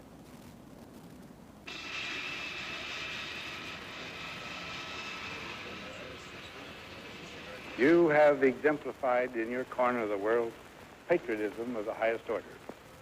You have brought to your great task of organizing your country the greatest of courage, the greatest of statesmanship.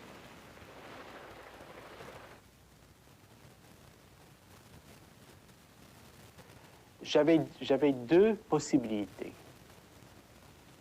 Ou I had two possibilities.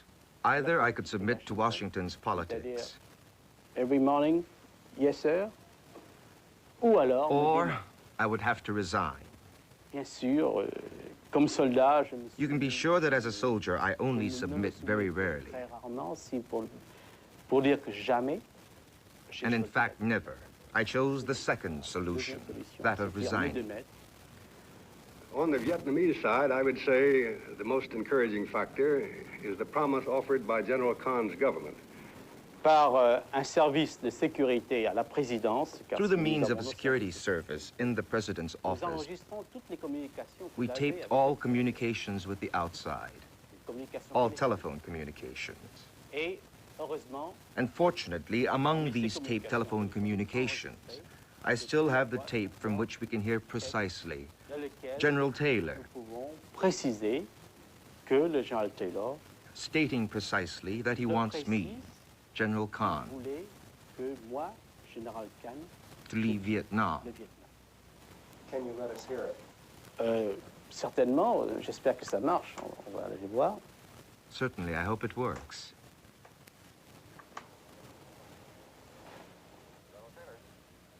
This is General Ken speaking. How are you? Glad to hear it. May I speak in French? Si vous parlez lentement, s'il vous plaît. L'entrevue que nous avons hier,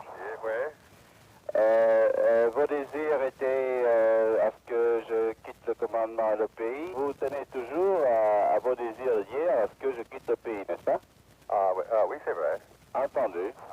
Alors, je vous rappellerai cet après-midi. Merci bien. Au revoir. Thank you. Well, Mr. President and ladies and gentlemen, as our joint communique indicates, President Pugh and I have had very constructive talks with regard to how we shall work together in the years ahead, working for the program of peace, which we now hope will all be the wave of the future, not only for the Republic of Vietnam, but for all of the countries in Indochina.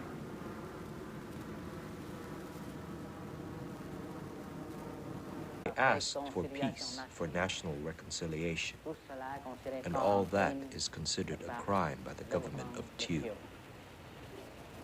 Bị bắt hồi 1968 ở trong nhà thì công an lại bắt. I was arrested in 1968. I was at home when the security police came. They took me to headquarters for a few questions and kept me. Không thấy đường con mắt này nè, con mắt này còn thấy thôi. Tự do nơi đánh đập với giam như vậy là kiệt sức. You can't imagine how badly I was beaten.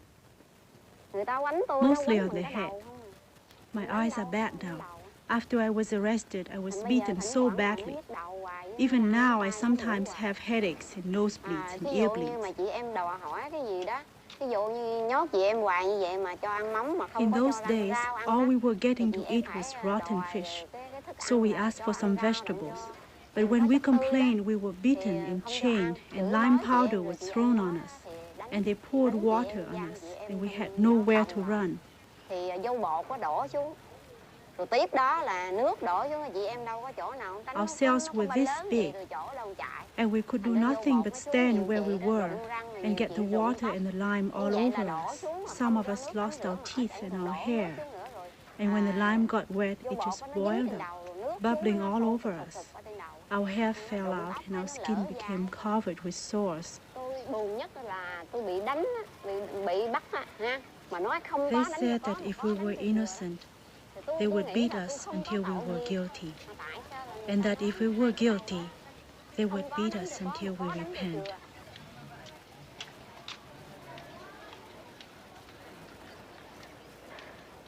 In a country where the people don't hold national sovereignty, in a country where the government has turned himself to be the enemy of the people, the prisoners are the patriots. And no matter how badly treated we are still, we are proud to, because at least we are free instead of enslaved as so many of the so-called government officials.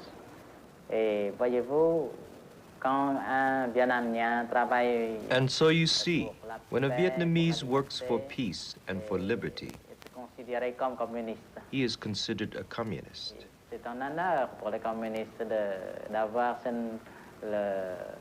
It is an honor for the communists to have to work for peace and justice. So it is the government which gives validity to being a communist, because they continue to say that the people who work for justice and for peace are communists. You see? We were learning to be good soldiers back when you're 3, 4, 5, 6 years old. That's where good old mom is telling you to obey the local camp regulations. In this case, it's the house. And you start to learn to respect authority.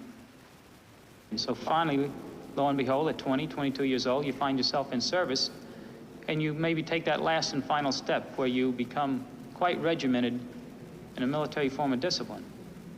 Like I say, that stuff isn't worth the paper it's written on if the basis isn't there. You need that cornerstone that goes back when you're a kid, and who's teaching it to you? But good old moms, women like yourselves. It's terrifying, it's true, when you're facing a torture session with a bunch of gooks, it's going to be pretty darn miserable, and there's no doubt about it. You're scared, you're really petrified. But at the other side, you have a bunch of women back there that know that they're telling you better do something, you know, and that's the wrath of God. Boy, you don't want is 100 women climbing down your back. So you figure maybe the gooks aren't so bad. So you press on.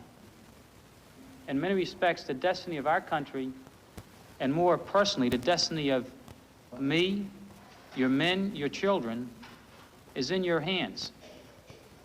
If you are proud of the POWs and personally of me, then you should be proud of yourselves, because I was what you made me to be. As for my own view, I thought through as best I could the meaning of Southeast Asia, the United States in the 1950s, looking backward and looking forward in terms of what I know about the dynamics of societies and so on. And on balance, it is an on-balance judgment. I came to the judgment that it's a vital interest of the United States. I've never had any reason to change that judgment. And therefore, I do believe that what we have done is generally right, although I would have preferred to have seen a different, more decisive military strategy. Certainly, to me, the day that you can say that a sacrifice such as that is not worthwhile is the day that you've destroyed all your real values of what is worthwhile and what isn't. And there's no question in my mind that he and everybody else that did what he did, there is no sacrifice that is in vain, absolutely none. That down the line, that's the price that you pay for freedom, and that's the price that you pay for the kind of stature that we have, and it's the kind of risk you take to preserve the ideals that we have. He had just a tremendous sense of humor and just an amazing instinctive sense of what was important and what wasn't. Yeah. I remember when I was getting ready for our oldest daughter's wedding, and I was upset because something or other wasn't going well, and he called up from Pensacola and he said, how are things going? And I said, fine, Bing, but such and such has happened. He said, oh, Mom, don't sweat the small stuff. And, you know, it just made all the difference. I thought, gee, that really is small stuff, you know. And it was. And it made the whole thing much easier.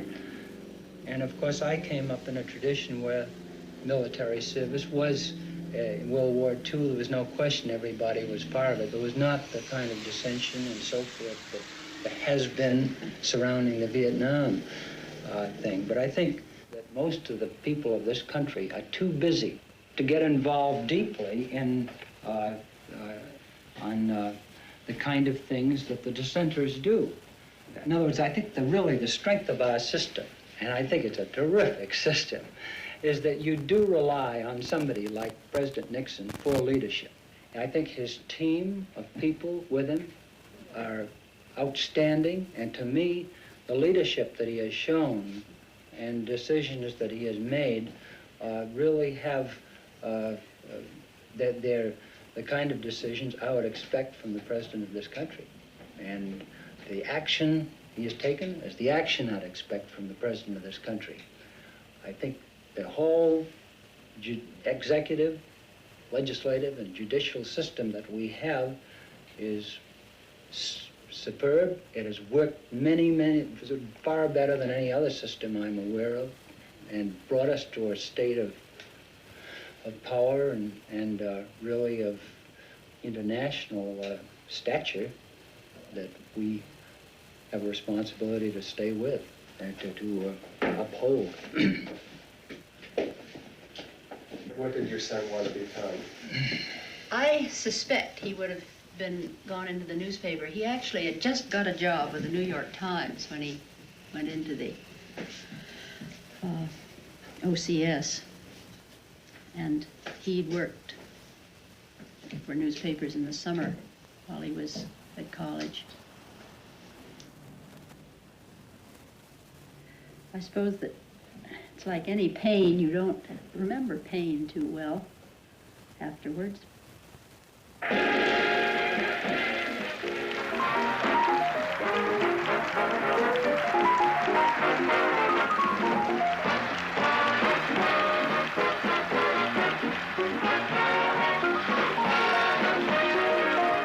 Thank you very much. Thank you very much, Mr. President, dear people. I'm thrilled to be here with you guys. This is what I like, a captive audience.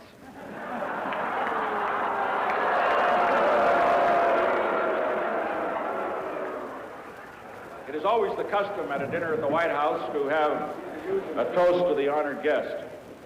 The difficulty tonight is that there are so many honored guests that we would be drinking all night and into the day.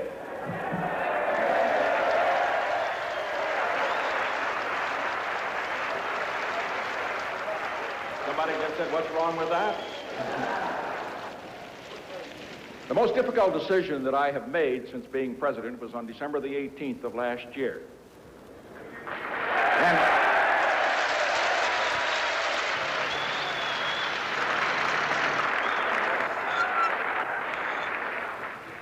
And there were many occasions in that 10-day period after the decision was made when I wondered whether the country really supported it. But I can tell you this, after having met each one of our honored guests this evening, after having talked to them, I think that all of us would like to join in a round of applause for the brave men that took those B-52s in and did the job.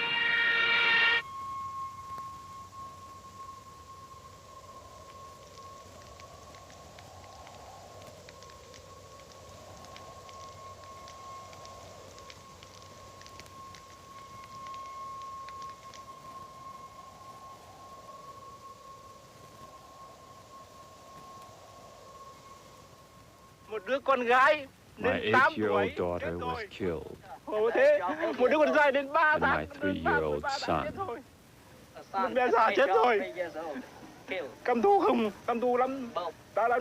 Nixon, murderer of civilians. What have I done to Nixon so that he comes here to bomb my country? My daughter died right here. She was feeding the pigs. She was so sweet. She is dead. The pigs are alive. My mother and my children took shelter here. Here they died. The planes came from over there. No targets here. Only rice fields and houses. I'll give you my daughter's beautiful shirt.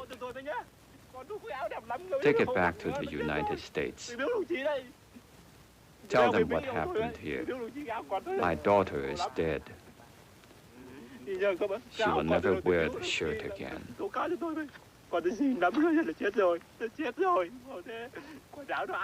Throw the shirt in Nixon's face. Tell him she was only a little schoolgirl.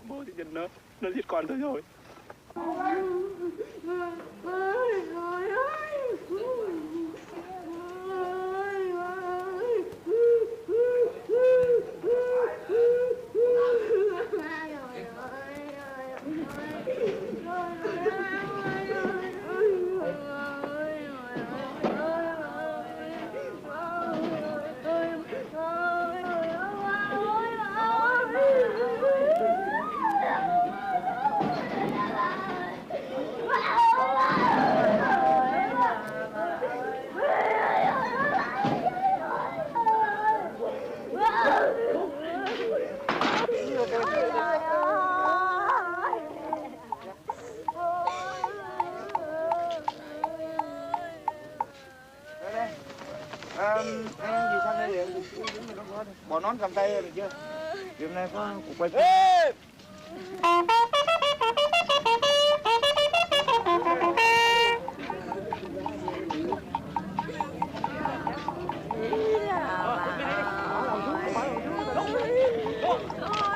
Ở đây đầu bên đây.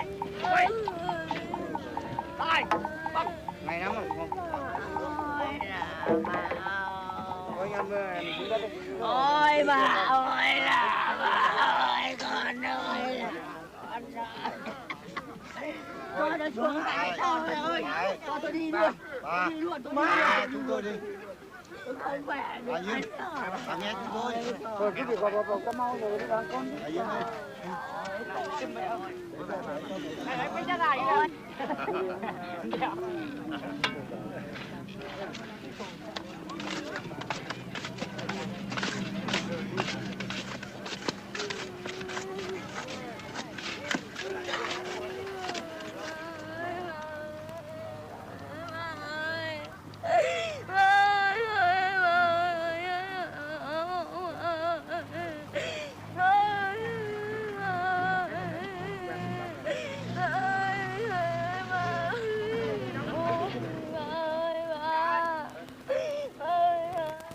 Well, the Oriental doesn't put the same high price on life as does the Westerner.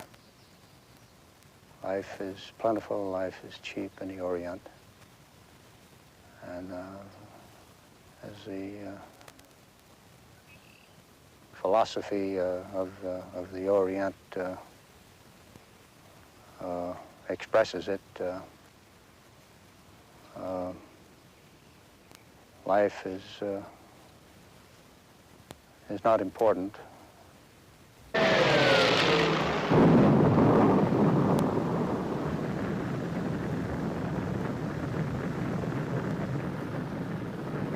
During the missions, after the missions, the result of what I was doing, the result of this game, this exercise of my technical expertise never really dawned on me. That reality of the screams or the people being blown away or their homeland being destroyed just was not a part of what I thought about.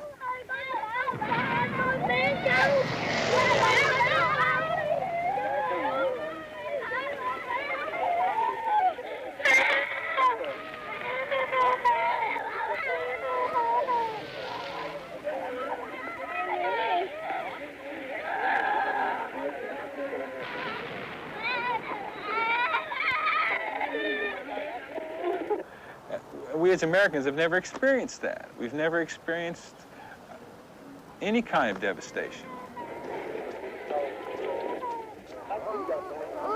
When I was there, I never saw a child that got burned by napalm. I didn't drop napalm, but I dropped other things just as bad. I dropped CBUs, which can't destroy anything. It's meant for people. It's an anti-personnel weapon. We used to drop canister upon canister of these things with 200 tumbling little balls in there about this big around with something like 600 pellets in each ball that would blow out as soon as they hit the ground and shred people to pieces. They couldn't be gotten out in many cases. People would suffer. They would live, but they would suffer, you know, then often they would die afterwards. And this would cause people to have to take care of them, you know. But I look at my children now, and I don't know what would happen if, what I would think about if someone napalmed.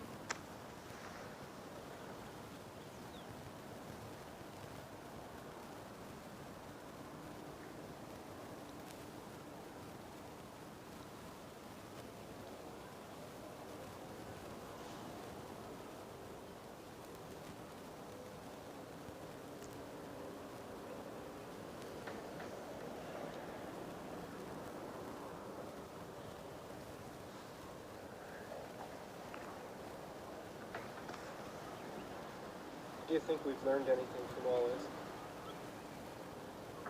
I think we're trying not to. I think I'm trying not to sometimes. I can't even cry easily. From my, my manhood image. I think Americans have tried, we've all tried very hard to escape what we've learned in Vietnam, to not come to the logical conclusions of what's happened there. You know, the military does the same thing, you know. They don't realize that people fighting for their own freedom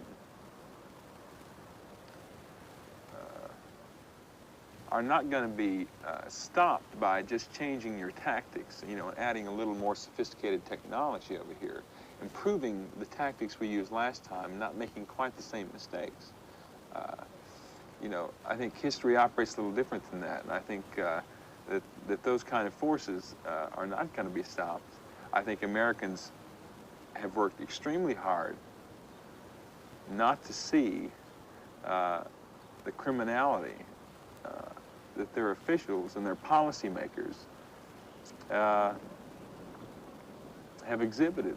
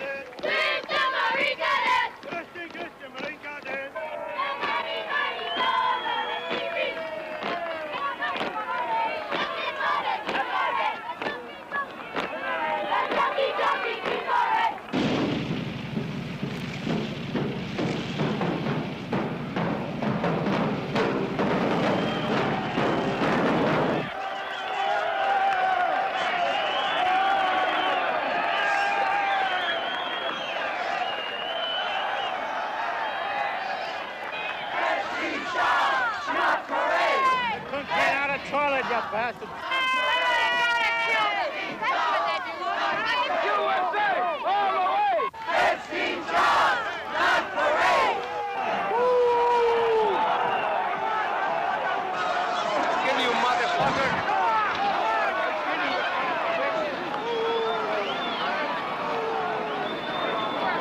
Let me talk to somebody. I was in Vietnam. I was a platoon leader over there. What is this? What the hell is this? We were the ones who got shot. You guys were over there, too, with your damn cameras.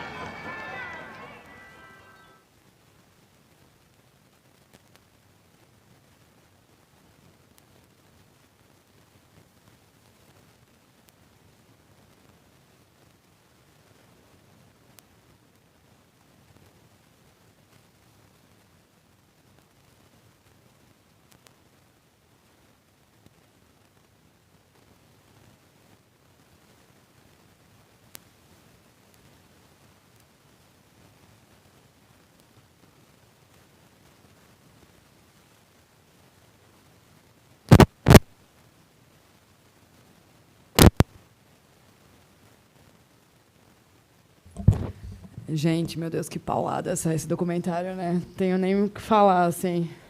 São muitos sentimentos, né? Tipo, tristeza, raiva.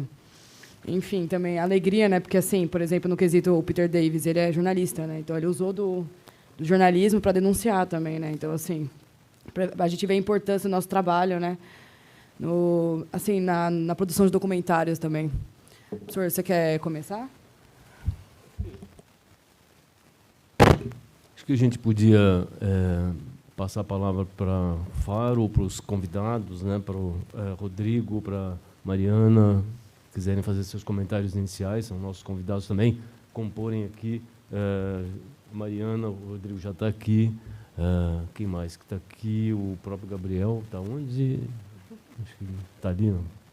Bom, por onde vocês quiserem começar. Eu queria só fazer antes de passar a palavra para os nossos convidados, debatedores, observar que acho que para a geração de muitos, talvez a maioria daqui das pessoas, a guerra do Vietnã não tenha tanta clareza assim. Então, é possível que algumas falas elas não fiquem muito claras ali, né? Então, lembrando que o Vietnã do Norte comunista estava lutando, né, para a emancipação, e quando ele transpassa a fronteira do Vietnã em direção ao Vietnã do Sul, é claro que as coisas pioram muito. Estamos em plena Guerra Fria, vale lembrar, e Ho Chi Minh, o grande líder, né, ele foi um dos mais importantes da região, até porque na década de 40 ele já tinha uma atitude e uma formação, né, de guerrilha e de dizer que eles não queriam a França, antes mesmo dos Estados Unidos, ali no território. Então, essas questões elas assumem, sobretudo no final da década de 1950, uma expressão absolutamente explosiva do ponto de vista social, do ponto de vista geopolítico, do ponto de vista do imperialismo norte-americano da época, né? E talvez essas questões, claro, elas vão se sedimentando ao longo dos anos. É claro que para a minha geração ficou um pouco mais claro, né? Acho que quando eu vi em 1980 o filme pela primeira vez, aquilo foi um baque, né? Como a Rafaela está levantando, e de uma certa forma me fez compreender um pouco como o filme ganha uma estatura extraordinária na época. Imagine o que é pensar a Guerra do Vietnã enquanto ainda ela estava acontecendo, né? Porque ela termina em 75, né? De fato. E a unificação do Vietnã como comunista, etc., vai acontecer na sequência. Então, o que é pensar essas questões todas hoje? E, ao mesmo tempo, pensar como que o filme elabora uma atitude estética e política de grande impacto, mais que uma questão meramente de ele dominar a montagem cinematográfica, ele tinha uma atitude política. A montagem tinha que atender a um empenho político da época. E Peter Davis vai refletir, na época, um estado de coisas. Toda a sociedade civil norte-americana, quando o filme é lançado, ela já estava completamente sensibilizada em relação a isso, quer a extrema-direita e quer a esquerda, que vai assumir uma atitude de eloquência nas ruas, né? A grande marcha para Washington está ali registrada, né? E, claro que, nesse sentido, o filme registra uma época, ele é um registro e, ao mesmo tempo, é um trabalho que Peter Davis, nessa entrevista que ele deu no mês passado, né? Rapidamente, uma rápida entrevista, ele vai dizer que ele se treinou em jornalismo audiovisual, em jornalismo no campo do documentário. E o filme Corações e Mentes, ele fala isso, oralmente ele fala na entrevista que o filme Corações e Mentes, que ganhou o Oscar no ano seguinte, ele é jornalismo investigativo. Ele fala isso, né? A gente pode discordar, pode concordar, mas essa é uma questão para a gente pensar aqui coletivamente, que é o impacto do cinema. O cinema como uma forma de conhecimento, o cinema como uma atitude estético-política. Ela não é só estética, ela é política porque ela é esteticamente moldada para determinadas atitudes do olhar. Ele não tem dúvida nenhuma que ele faz isso. Queria só lembrar que, quando os DVDs ainda saíam, felizmente a gente teve a sorte de que foi lançado no Brasil recentemente, quando ainda era a época do DVD, a edição definitiva do filme, né, em 2 DVDs, um com o filme e o outro só de extras, mais de 1 hora de extras. E uma questão importante, né, saiu um livreto, né, isso nos Estados Unidos, depois aqui foi traduzido, um livreto em cores com textos de várias figuras proeminentes da época, e o primeiro texto que abre o livreto é do diretor, Peter Davis, que ganhou o Oscar com 38 anos. Né? Então, eu acho que é importante a gente situar um pouco isso. Claro que, cada vez que eu vejo o filme, descubro coisas novas. Eu perdi a conta quantas vezes eu vi, junto com os alunos, sozinho, enfim. Né? E acho que essa é uma questão para a gente pensar aqui. Então, acho que a gente pode começar a ouvir os nossos convidados e, claro, debate que vocês quiserem. Okay? Fábio, quer falar um pouquinho?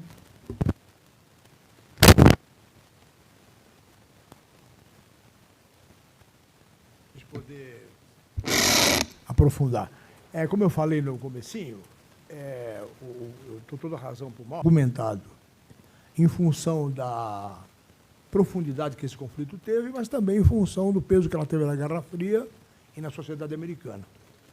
Eu dou algumas dicas, por exemplo, esse filme que ganhou o Oscar do Spielberg, Washington Post, The Post, ele é um filme que mostra o papel que um daqueles entrevistados teve, o Daniel Ellsberg, na divulgação dos documentos que mostravam que os governos americanos tinham mentido para a sociedade com a promessa de que a guerra teria uma duração curta. Na verdade, havia uma enrolação, porque todos eles sabiam, os estrategistas sabiam, que os Estados Unidos não venceriam a guerra.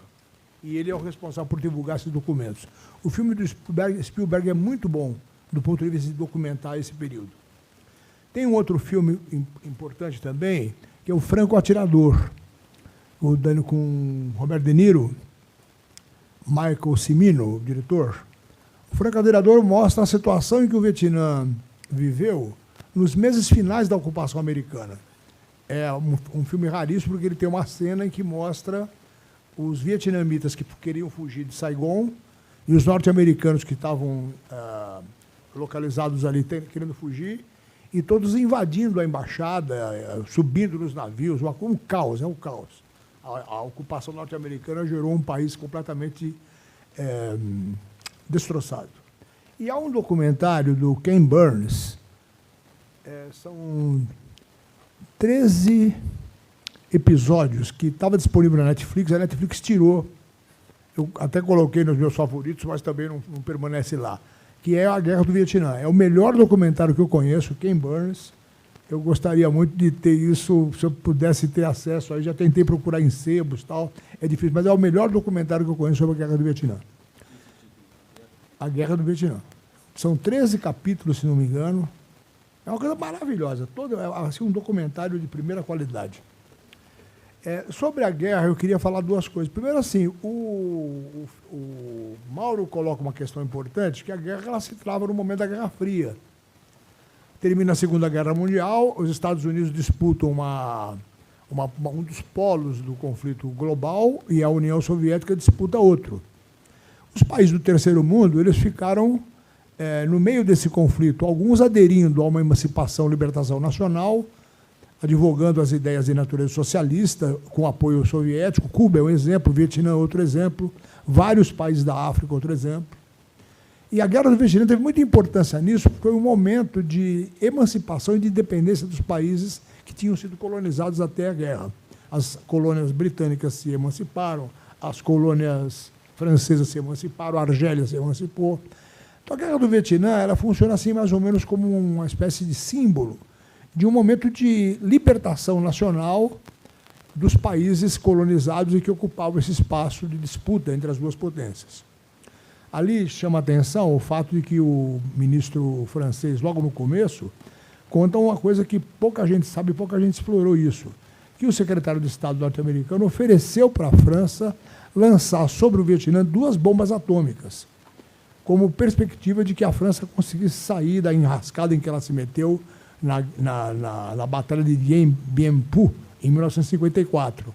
A França, por uma incompetência militar, acabou sendo fechada pelas tropas vietnamitas e não havia solução para o conflito, exceto a França se render, como de fato aconteceu, ou a bomba atômica que os Estados Unidos tiveram a desfaçatez de oferecer 10 anos depois da bomba de Hiroshima. Os norte-americanos eles foram muito julgados pela Guerra do Vietnã. Em 1967, o Jean-Paul Sartre e o Bertrand Russell organizaram na França um tribunal internacional de crimes de guerra. Era uma coisa evidentemente simbólica, bastante marcada pelas posições do Sartre e do Bertrand Russell, mas o tribunal serviu como uma espécie assim, de palanque para denunciar todos os crimes que os norte-americanos cometeram sobre uma população absolutamente fragilizada e massacrada. Os norte-americanos eles nunca venceram uma guerra. Vamos deixar claro, isso a historiografia ocidental, ela mente a respeito disso. Nem a Segunda Guerra Mundial os norte-americanos venceram porque eles só conseguiram sair bem dali pelo esforço russo contra Hitler e pelo esforço dos aliados europeus contra o nazismo. Mas não há notícia de que os norte-americanos tenham vencido uma guerra. A guerra que eles esperavam vencer, não venceram no Oriente Médio, não venceram em Cuba. Não existe guerra que os norte-americanos venceram, apesar da violência com que eles tratam os seus inimigos. É o caso, por exemplo, do Vietnã. Ameaçar jogar bomba atômica num país no nível de técnico, militar que os vietnamitas tinham, corresponde a um crime, um genocídio. E eles foram acusados de genocídio mesmo. Então, os norte-americanos têm uma política imperialista muito violenta, criminosa, e, nesse sentido, eles permanecem isolados, porque não existe uma corrente de opinião que apoie esses movimentos nos quais os norte-americanos se envolveram. Eu considero esse documentário, eu vou deixar as questões técnicas, porque realmente não é a minha especialidade, do ponto de vista documental, ele é muito bom, Acho que vocês não, evidentemente, deveriam tentar encontrar outros documentários sobre a Guerra do Vietnã, porque ela tem um peso muito importante na definição da política internacional atual. Embora o Vietnã hoje seja uma nação pacificada, que tem um nível de desenvolvimento de um país do terceiro mundo, mas muito positivo. A cidade de Saigon não existe mais, a cidade de Ho Chi Minh. Ho Chi Minh era um desses nacionalistas do terceiro mundo que teve acesso às ideias de libertação nacional, junto com outros líderes do terceiro mundo, no Oriente Médio, até mesmo no Brasil, na América Latina, e permanece como uma espécie de mito dos movimentos de resistência ao imperialismo. Por enquanto, a menos que vocês tenham uma pergunta para fazer, era essa colocação que eu tinha para apresentar. Muito bom, Faro. Tem uma fala ali, como é teu nome? Eu queria, se as pessoas puderem se apresentar quando forem falar, por favor. Obrigado.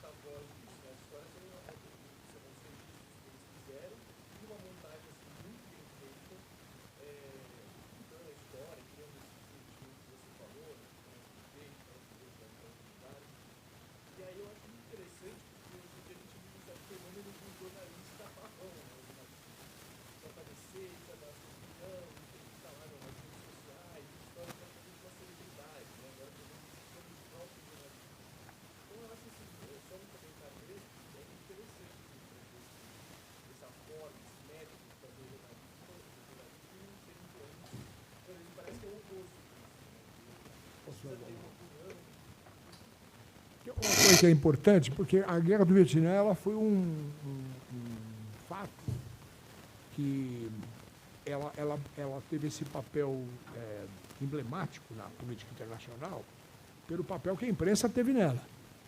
O número de jornalistas investigativos que reportou nas várias mídias, comentaristas, âncoras, que, acompanhando mais ou menos aquele sentimento de repulsa da opinião pública, criaram espaços de discussão da guerra e de denúncia. Aqui no Brasil nós temos um episódio do José Hamilton Ribeiro, que ele foi cobrir a Guerra do Vietnã para a revista Realidade, e ele se meteu junto com um pelotão norte-americano na floresta e explodiu uma bomba, perdeu as pernas, né? Ele é, assim, uma espécie de... não é bem um modelo Vietnã, não. Os repórteres entravam junto com as tropas e podiam narrar essa violência que a gente viu aí. O maior delas é aquele massacre de My Lai, uma aldeia vietnamita, que a dificuldade de empreender guerrilheiros que pudessem colocar em risco os soldados americanos levou o comando da tropa que estava no lugar a um desespero tão grande que eles resolveram liquidar a aldeia inteira. Passaram fogo na aldeia inteira, incendiaram as choupanas, como deu para ver aí o cara botando fogo no sapé ali da casinha. E isso foi acompanhado pela imprensa. O tenente que comandou esse massacre, ele virou um símbolo da atrocidade que os americanos cometiam. Mas esse massacre mostra como a imprensa ela foi chamada pelo exército norte-americano de quinta coluna, porque ela era, dentro dos Estados Unidos, o inimigo dos Estados Unidos. Na verdade, isso é uma propaganda. Na verdade, ela cumpriu com o papel mesmo. Ah, sim. Isso. E eu esqueci de falar, para mim, o grande filme sobre a Guerra do Vietnã é Apocalipse Now, tem que ser um negócio... Mas esse negócio é importante, porque a Guerra do Vietnã foi uma guerra da imprensa, do repórter, do comentarista, do analista militar, e colocou o jornalismo internacional em destaque. É isso. Bom te ver, cara. Professores, eu queria fazer uma pergunta assim, como a Guerra do Vietnã a gente pode também comparar com a nossa realidade atual mesmo, né? Porque assim, a gente já teve a Guerra do Vietnã, tivemos o Iraque, também Afeganistão, que eles também cometeram crimes de guerra, mataram jornalistas, e o Snowden e o Assange descobriram, né? E também ficou por isso mesmo, e hoje em dia eles são perseguidos, né? Assim. E não só isso também, no começo ali da gente ver o documentário, parece que existe uma certa, como se diz, a imprensa parece que está um pouco do lado deles, né? Porque eles citam a CBS, né? Ali no comecinho, falaram que usavam o símbolo da CBS, eu acho, salvo engano, né? E parece que também a mídia muda, né? A postura dela, assim. Mas para relatar um pouquinho, assim, o que era na época, né? E também essa questão do paralelo da Guerra Vietnã com hoje em dia. Só vou complementar a pergunta, então. Que a gente vê muitas vezes no filme, principalmente os vietnamitas falando contra o imperialismo norte-americano, e com os exemplos que ela deu, mais os bloqueios econômicos, o quanto ainda faz sentido e nós devemos falar sobre imperialismo norte-americano hoje também.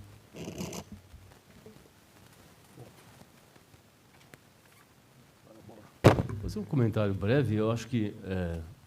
Bom, primeiro, há uma questão que é inevitável a gente olhar a gente só pode olhar com os olhos do nosso tempo para o passado e projetar o presente para o futuro com as nossas referências, não é? E eu acho que esse é um dos elementos mais extraordinários do cinema. No nosso caso, no nosso exemplo de hoje, o documentário, porque ele faz com que o acionamento de uma memória de mundo ele seja fundante para a gente pensar o próprio presente. Então, o que fala da importância dos filmes, de uma maneira geral, ficção, foram citados alguns, assim, em 10 minutos, alguns filmes foram citados assim rapidamente, não é? Então, pensar a memória do mundo significa pensar a referência que isso significa para nós no presente. A questão, portanto, do imperialismo, ela recebe uma atualização lá em 1974 e hoje a gente vê o que evoluiu de lá para cá. Evoluiu no sentido de trajetórias, não é? Então, eu penso que é inevitável e é necessária essa consciência que você traz. Quer dizer, o que mudou, não é, na atitude imperialista, do imperialismo, inclusive cultural norte-americano nesses termos, não é? O que mudou, o que mudou para pior, qual é a segurança que nós temos, a humanidade inteira, de saber que talvez a gente não tenha controle nenhum, ou quase nenhum, sobre os desmandos e as atitudes terríveis dos Estados nacionais. Os Estados Unidos continuam sendo a maior máquina de guerra, talvez, não é? Há um crescimento, claro, perigoso de outros lugares, de outros Estados nacionais, como China, como Rússia, ok. Mas o que pensar sobre o imperialismo norte-americano, que ele modificou-se até lá, mas ele está aí, não é? Também, para falar dele só, não é? E é importante a gente lembrar que, felizmente, em todos esses episódios tão sangrentos, a gente tem resistências de toda sorte, não é? Então, o movimento Flower Power, lá na década de 60 e 70, acompanhou muito, não é, os desdobramentos da guerra. O faça amor, não faça guerra é um mote absolutamente poderoso do período, não é? Vai lembrar que o clássico musical chamado Hair foi lançado em 1979, mas a primeira montagem do filme acontece na Broadway, na Off-Broadway, acontece em 67. Em 67 aconteceu a montagem de Hair, um grande libelo contra toda forma de guerra.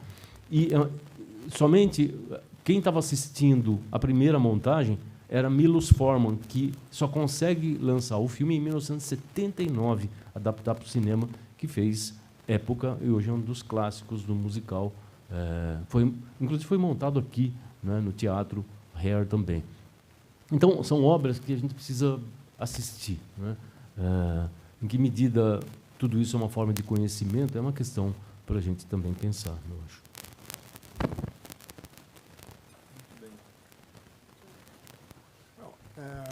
O Mauro leu uma coisa importante.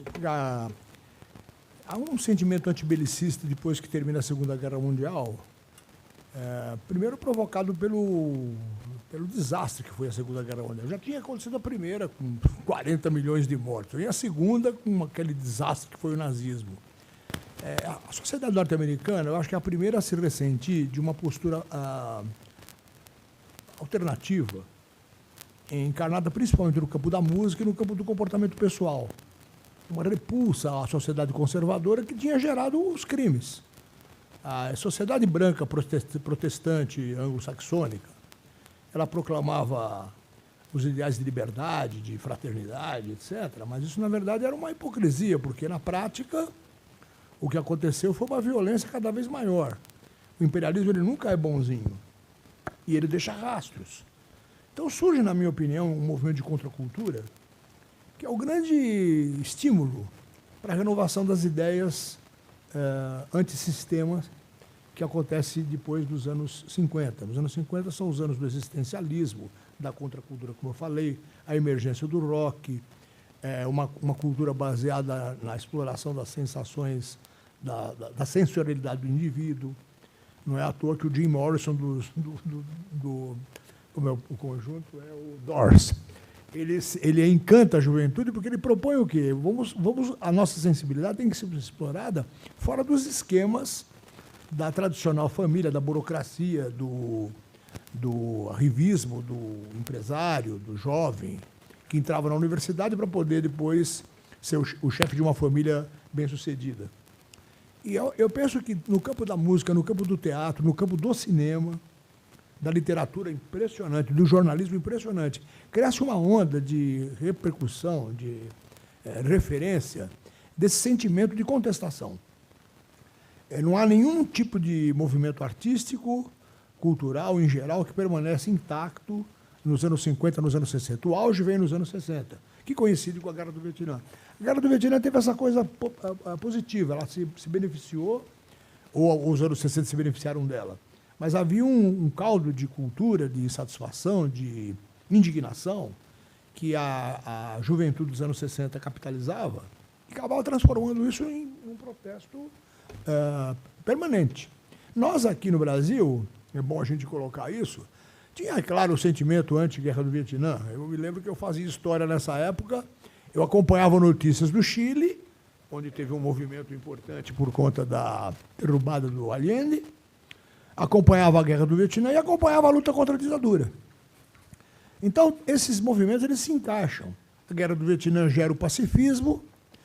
Na América Latina existe um movimento inspirado muito na Revolução Cubana, que quer emancipar a América Latina dos Estados Unidos. E aqui no Brasil, a gente tinha uma espécie assim de síntese, porque a ditadura aqui, ela estimulava esse movimento da contracultura. A ditadura era mais um problema que a juventude brasileira tinha que enfrentar. Isso tudo tem em 67, 68 o seu momento culminante. E é o momento em que a guerra do Vietnã se torna mais... Só para vocês terem uma ideia, quando ele fala da ofensiva do Tet, eu daria um curso só sobre essa...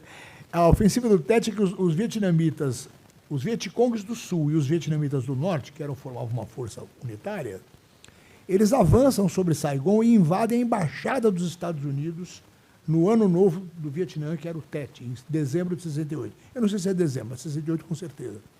E os norte-americanos jamais imaginariam que uma embaixada deles num país do exterior fosse invadida pelo inimigo. Isso desperta nos Estados Unidos um pânico, porque aquilo mostrou que a vulnerabilidade das tropas imperialistas era total. A ofensiva do Tet, ela foi festejada no mundo inteiro, porque era uma amostra que o imperialismo não tinha chance de sair vitorioso, a menos que fosse com arma atômica, coisa que felizmente não aconteceu. Mas é bom, vamos falar do filme, senão a gente vai ficar falando de história aqui. É a coisa que eu gosto. Obrigado pela água aí, gente. Pessoal do Vespertino, ponto de conselho na nota. Não, então é ponto de conselho do pessoal do Benê. Benê. Eu queria lançar, na verdade, uma pergunta, porque acho que... É melhor, né? Uma pergunta para todos nós aqui. Eu acho que quem quiser se posicionar, interrogar e colocar questões aí, eu acho que é importante. Mas a pergunta que eu acho que talvez uma delas que a gente possa fazer aqui é a seguinte: o que o jornalismo tem a dizer, portanto, sobre o cinema? E o que ele tem a dizer e a fazer sobre cinema? O que pensar? Né? Porque só na experiência da PUC, mas eu acredito que isso se expande para outros cursos de jornalismo pelo mundo, quando os alunos fazem trabalho de conclusão de curso, muitos optam pelo documentário. Aqui a gente tem aluno do primeiro semestre, tem aluno concluinte, etc., né, quase. Então, é uma questão para a gente pensar aqui, em que medida o documentário jornalístico pode ser renovado, porque aqui aconteceu isso. Peter Davis é um cineasta, né, mas ele teve uma formação de jornalismo. Uma questão que é importante, foi citado Apocalipse Now, né? Apocalipse Now, ele vai até o Coração das Trevas, de Conrad, e adapta para o universo da Guerra do Vietnã. O filme foi lançado em 79 e ganhou o prêmio máximo de direção em Cannes, não é? Do Coppola. Então, há uma questão para a gente pensar, né? O audiovisual é uma realidade hoje. As tecnologias mudaram. A facilidade pela qual a gente pode fazer documentário com um celular, né? Então, por exemplo. Então, como pensar o documentário, como pensar o cinema a partir da ótica jornalística? Eu acho que não só aprender com o cinema, mas o que o jornalista tem a fazer com o audiovisual. Queria saber se vocês têm algo a dizer a respeito. Fiquem à vontade. Com você.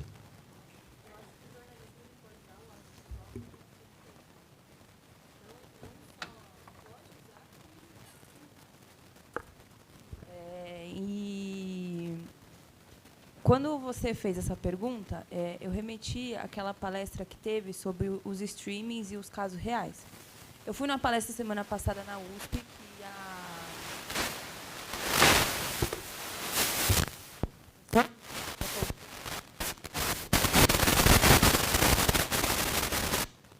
que a produtora Thaís Nunes, não sei se vocês conhecem ela, que ela também participou, foi sobre o mesmo tema. E ela falou sobre esse poder do streaming, de conseguir transmitir essa informação para muitas pessoas, né? Eu acho que hoje em dia a gente está numa queda, né, das pessoas que gostam de ler, que procuram a leitura. E eu acho que, nesse sentido, o jornalismo e o documentário e os serviços de streaming acabam sendo uma saída para transmitir a informação de um jeito que realmente as pessoas captem essa informação e que as pessoas absorvam essa informação. Nesse documentário, eu acho muito difícil, assim, a pessoa assistir e não questionar o que ela está assistindo, né? Tem muita coisa que chama atenção.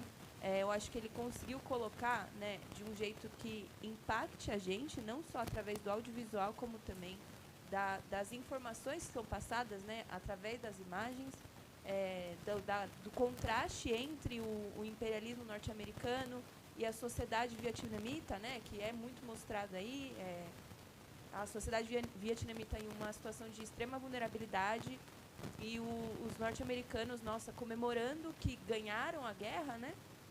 Então eu acho muito forte, né, passar essas mensagens através da imagem e transmitir essas mensagens para uma quantidade maior de pessoas do que através da leitura, por exemplo, por conta dessa queda. Muito bom. Esqueci. Lembrem de falar o nome de vocês, tá, gente? Olá, primeiramente, Arthur Marcel, primeiro semestre. E sobre esse tema, primeiramente, da Guerra do Vietnã.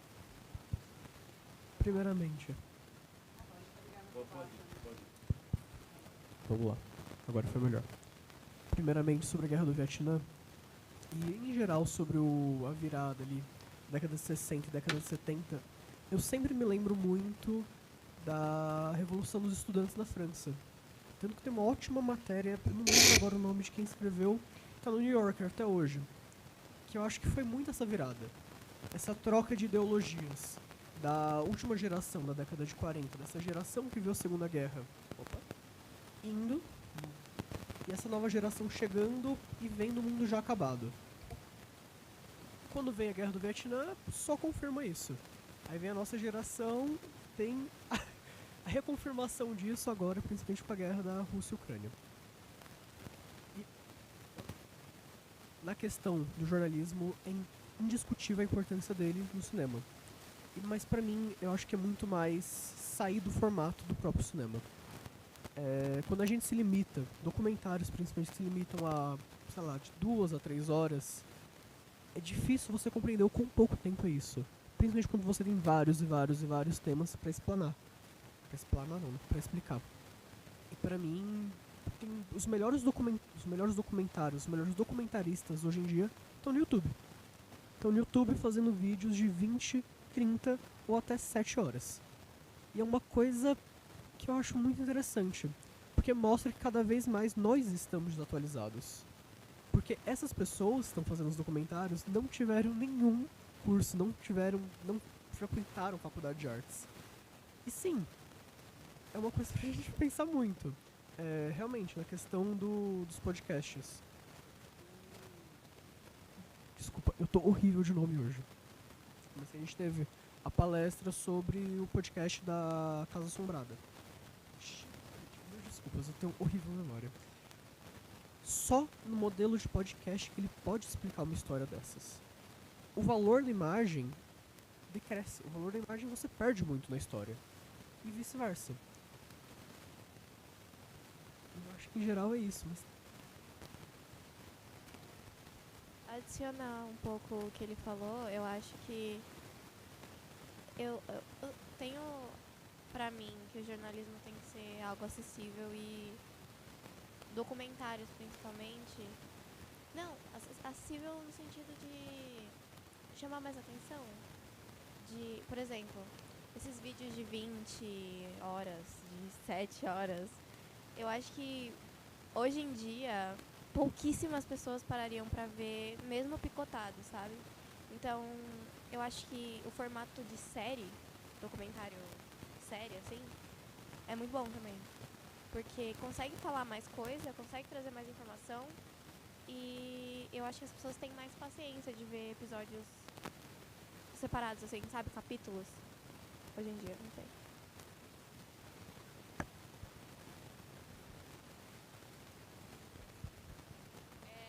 E também dialoga com o público que não lê, né? Isso é muito importante. Então, quando você fala de acessibilidade, é um ponto a se lembrar. Não é todo mundo que sabe ler. Mas, se ela não sabe ler, ela consegue ver e ouvir também. Então, eu acho que a imagem, ela não perde valor. Porque na descrição a gente imagina. E a gente acaba criando uma imagem a partir da imaginação. Então, não é que a imagem perde valor, mas ela ganha um novo sentido. Ela vai para o mundo do imaginário. Oi, sou a Melissa, que até uma coisa que a Ilana comentou na mesa de streaming, que quando ela escreve, 50% ela conta com o leitor dela em visualizar aquela cena e ir até os limites dele. Quando se tem imagem, esses limites podem ser ultrapassados. A imagem a gente não mede, que nem tiveram algumas cenas que eu não aguentei ver do documentário. E no livro isso não acontece. Nós vamos até onde nós suportamos de dor, de angústia, esses sentimentos que apertam o coração. Então, isso também é um ponto a se pensar. Oi, eu sou a Maria Clara. Além da ferramenta como uma nova ferramenta para nós jornalistas, que a gente sempre está na dúvida, né, qual é o nosso futuro, a gente sempre tem esse receio, esse medo, porque é uma profissão instável. E eu acredito que, somando com o que você disse, tentar fugir do que a indústria cultural nos cobra. Tipo, fazer o diferencial. O meu trabalho foi todo sobre isso. Fazer um diferencial do que já existe, gente. Ir atrás do que é novo e acreditar nas nossas próprias ideias. Aí eu já vou aproveitar para fazer a minha perguntinha, em especial para o meu queridíssimo professor Faro, dialogando até com o último filme do Benê, o Abutre, e as nossas aulas maravilhosas. Eu tava. Como medir o nível da imagem também que usamos? Porque, como eu falei, foram imagens muito fortes. Quando você fala imagem forte desse documentário de hoje? Desse. Ah, é? O professor, foi punk? Não, eu não entendi. Foi punk? Ah, bom, tá bom. Ela é a mais famosa, inclusive. O assassinato do policial no guerrilheiro, né? Que ele dá aqui. Triste. Até que ponto nós, jornalistas, usamos a violência a nosso favor, também para não ir em encontro, no caso, a essa cultura de massa, para não cair naquele sensacionalismo de jornalismo policial, que é punk, é maçante e meio que sempre gira em torno dessa mesma situação violenta e monetiza em cima disso. Mas precisamos passar informação. Então, qual é esse limite da imagem e da informação?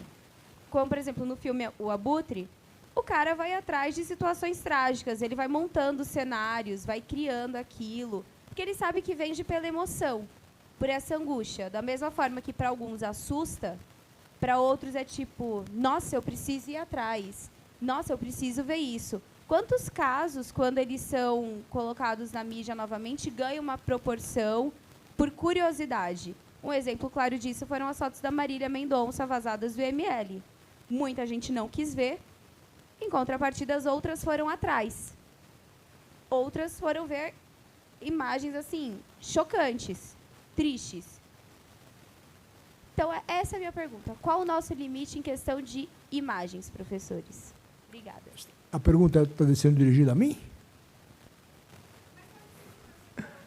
Não, vamos passar aqui. Agora, Melissa, realmente é uma pergunta muito complicada a tua, porque eu acho que não existe um manual onde você estabelece pode isso e não pode aquilo. Acho que o repórter tem que ser um cara que tem uma sensibilidade muito aguçada e ele tem que estar preocupado com o interesse público. É isso? Não, eu estava respondendo para você, mas é para todo mundo também. Então, é assim, qual seria o critério que eu levaria em conta? na divulgação de uma imagem que trouxesse um forte impacto de natureza sentimental, de natureza existencial para o leitor. Eu tentaria levar em conta, em primeiro lugar, se isso contribui ou não para aumentar o nível de esclarecimento do leitor. Eu não tenho certeza se imagens chocantes elas contribuem para retrair o leitor, o ouvinte, ou elas contribuem para aumentar o nível de consciência dele. Acho que isso é uma reflexão, às vezes, até um pouco imediata do repórter, em trabalho com o sentido social da profissão, um editor, colegas, um cinegrafista, um pauteiro. Porque a decisão de publicar aquilo que é mais chocante, ela pode ter o reverso. Ela pode afastar o cara ou seduzir o cara pelo lado errado da consciência, despertando um tipo de ódio, um tipo de sentimento de vingança, bandido bom e bandido morto, e estimula um tipo de jornalismo que eu não considero o mais esclarecedor possível. Então, acho que o repórter tem que estar muito atento para o interesse público e para questões de natureza ética e comportamental. Principalmente num país como é o nosso, que tem um nível de estímulo para a violência muito forte, martelado sistematicamente pela mídia. Eu teria essa preocupação. O interesse público é questão de natureza ética comportamental. Eu queria fazer um comentário breve, mas há uma questão nas falas que vocês trouxeram aqui, fundamental, que é notável como vocês estão acionando tecnologias, práticas, narrativas, não é? Em várias frentes. Eu gostaria de fazer um comentário sobre a questão do uso de imagens impactantes. Há uma diferença muito forte entre a atitude de Corações e Mentes e o que se faz de jornalismo sensacionalista. A atitude narrativa de Corações e Mentes é de impactar política e culturalmente quem assiste. E ele impacta pelo conjunto das questões que ele levanta, e não por uma imagem apenas. A espetacularização da violência, ela tem vida curta, breve, e ela é usada justamente para aumentar a audiência, né? O trabalho de Corações e Mentes, ele é espetacular, sem ser espetaculoso, porque ele reinventa as nossas atitudes, ele estimula o espectador a, como algumas das falas levantaram aqui, a questionar a sua própria atitude do ver. E, por mais distante que esteja a guerra do Vietnã de nós, há uma diferença, porque nós estamos olhando para uma forma de contar a história enquanto ela está acontecendo. Lá, ele não faz isso 20 anos depois da guerra ter terminado, ele faz enquanto ela está acontecendo. O que faz com que a gente pense, será que o nosso olhar sobre o mundo, como historiadores, geógrafos, antropólogos, cineastas, ele precisa desse recuo histórico de 10, 20 anos para contar uma história que balance as referências de olhar? Ele faz isso na iminência do confronto, não é? E é dos primeiros filmes documentais que mostram a voz do outro, tanto que a abertura do filme é justamente uma canção do Vietnã, né? E ele fala, na verdade, da falta de referências, inclusive para norte-americanos que estão no front da batalha e não sabem contra o que eles estão lutando. Um deles diz que a gente está apoiando o Vietnã do Norte, os norte-americanos estariam apoiando o comunismo. Assim.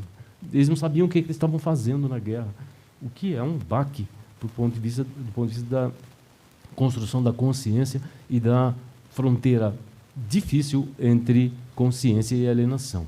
Então, acho que a questão das imagens, a pergunta sobre qual é o limite para construir imagem que você faz, é simplesmente necessária, porque não há limite a não ser o nosso limite de nos levar a produzir imagens por conta de uma indagação de mundo. As imagens mais extraordinárias de mundo são aquelas que perenizam um problema, ainda que ele sofra mudanças ao longo do tempo, né? E acho que Corações e Mentes faz isso, né?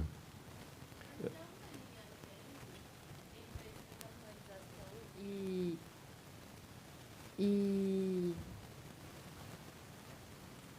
qual que era o outro? o sensacionalismo é a espetacularização. Você acha que é uma linha tênue? O outro que você falou? Não. Do documentário, era isso? Não, acho que é bem nítida a diferença para mim. Corações e Mentes,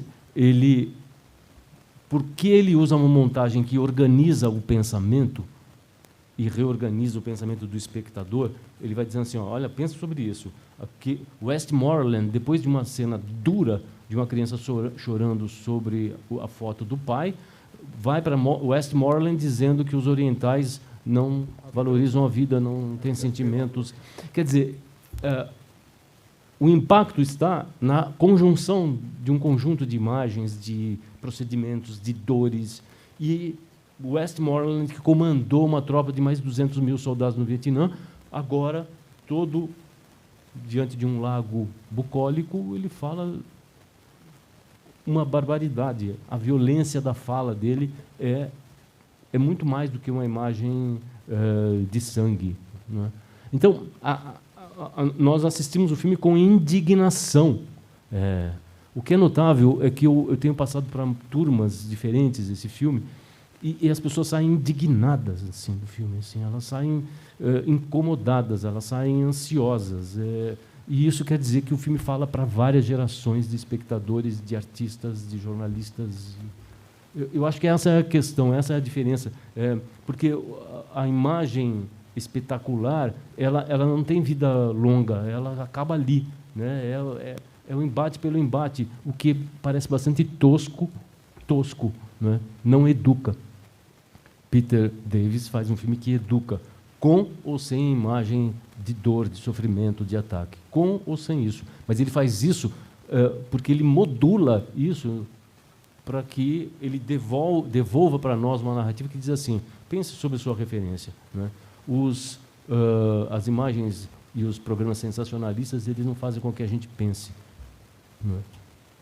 E, a não ser quando a gente desliga, aí é que a gente está pensando. Gente, eu preciso fazer uma intromissão aqui, é que faltam 5 minutos e vai ter a próxima mesa também, que é a última. Então, assim, infelizmente, não dá para estender tanto o debate. Assim. Eu queria dar um pitaquinho, mas primeiro lá, depois eu queria dar um pitaquinho sobre uma dúvida que você me deu. Eu sou o Rômulo do primeiro semestre e eu primeiro queria falar sobre essa questão do audiovisual e depois eu queria fazer uma pergunta.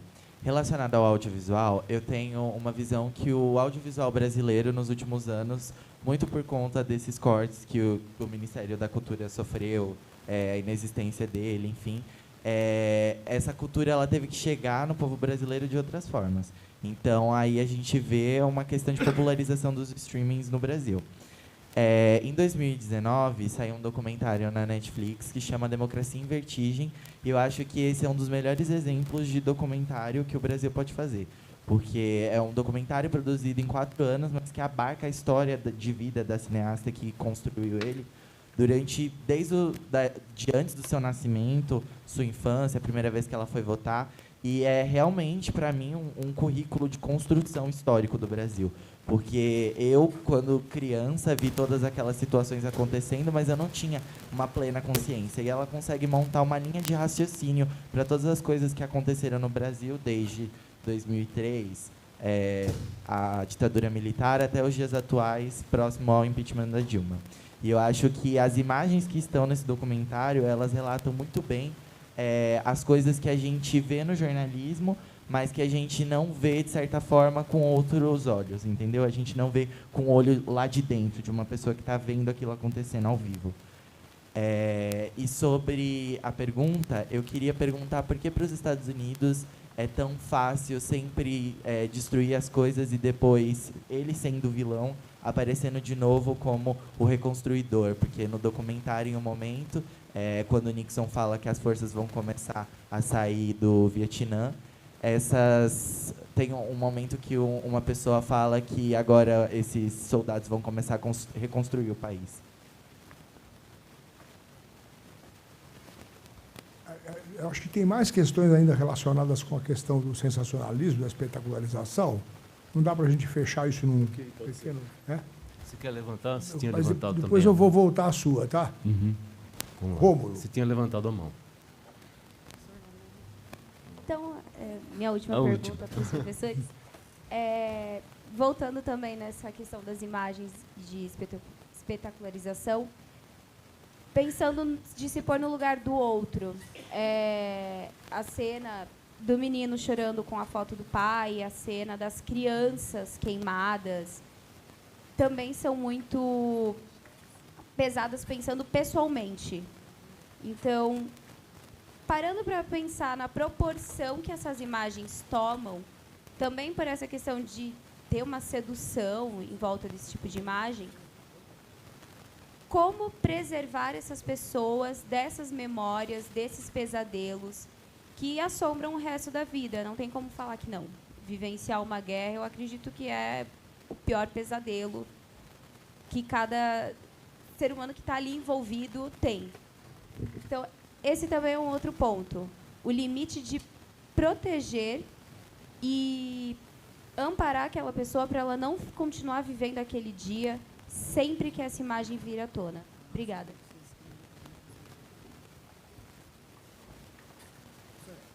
Podem responder e já fazer a consideração final? Sim, porque vai passar para o mesmo. Posso falar, então? Pode. Eu vou começar pelo Rômulo. Cadê o Rômulo? Subiu lá. Essa questão dessa proclamação que os norte-americanos fazem contra a reconstrução, eu penso que é uma construção ideológica que ela se explica na medida em que há todo um conjunto de valores dos quais a burguesia dos países periféricos compartilha, de que os norte-americanos são portadores de um evangelho de natureza política, ética, marcado pela democracia e todo aquele conjunto de valores que eles proclamam. E que eles são alternativa para isso. Me parece que eles têm toda uma legitimação midiática no mundo que favorece a pregação desse princípio. Destruo, reconstruo, destruo, reconstruo. Mas eu destruo para evitar um mal maior. Reconstruo para poder recompor o meu princípio, o primado da ordem, o primado da liberdade, etc. Eu bombardeio, destruo, mas há uma justificativa para o bombardeio. Eu vou impedir que o inimigo tome conta disso. E depois eu, então, ataco de uma outra forma. Ataco não, discurso de uma outra forma. Eu tenho a impressão que essa construção ideológica, ela tem uma forte presença, principalmente depois que o neoliberalismo se expandiu. Depois da crise do petróleo dos anos 70, essa ideia de que os norte-americanos são o fator de estabilidade da economia, e depois do fim da União Soviética isso foi reforçado, eles são esse fator de estabilidade da economia e da política, o fator de estabilidade da paz internacional. Isso foi muito legitimado pela mídia hegemônica de todos os países. Aqui no Brasil, você não consegue escapar dos grandes jornais quando você quer ver uma referência de apoio a esse papel, em qualquer sentido. Então, essa mais ou menos é a resposta que eu tenho para dar. Agora, as situações elas vão se modificando de acordo com o nível dos conflitos, e é possível que você encontre uma análise diferente dessa que eu estou fazendo agora. Mas me parece que a construção ideológica legitimada pela mídia hegemônica ela é um negócio fundamental. A outra coisa que eu queria falar para a Melissa, Maria Clara, eu penso que eu vou insistir na questão da imagem como um componente de um contexto. Se eu pensar a imagem como uma coisa absoluta, que ela tem uma significação excessiva em si mesma, como o Mauro falou, ela esgota o seu significado na hora que ela é exibida e pelo impacto que ela provoca. Se eu pensar só nisso, eu tenho a impressão que eu vou incorrer em questões que prejudicam o entendimento do tema. Eu quero dizer assim, se eu pegar aquela imagem do cara tomando um tiro, descontextualizar aquilo vira por si só um elemento de espetacularização e de sensacionalismo. Porque a cena é todinha horrível, a cena é todinha criminosa. Aliás, o cara que deu o tiro está nos Estados Unidos. Outro dia descobriram ele, um soldado, passa um mau bocado. Eu não sei se ele está vivo ainda, mas passa um mau bocado. Então, assim, eu penso que o contexto da imagem, na medida em que ele compõe uma matéria, com um certo texto, com uma certa moldura da imagem, uma sonorização, vozes, ele tem que ser levado em conta para você dar a dimensão do que é o espetáculo. Se eu simplesmente, cruamente, fotografar aquilo, filmar aquilo, eu tenho a impressão que aquilo vira um fato que desqualifica a capacidade que a audiência tem de interpretar aquele fato. Pode provocar repulsa, eu imagino que normalmente provoca, não em pessoas que têm um certo nível de análise do que está observando no cotidiano, mas em pessoas que têm um contato imediato com aquele documento. Eu vejo, por exemplo, uma cena que aconteceu aqui em São Paulo há pouco tempo atrás, do cara que foi linchado porque foi acusado falsamente de roubar uma bicicleta, uma moto, não sei.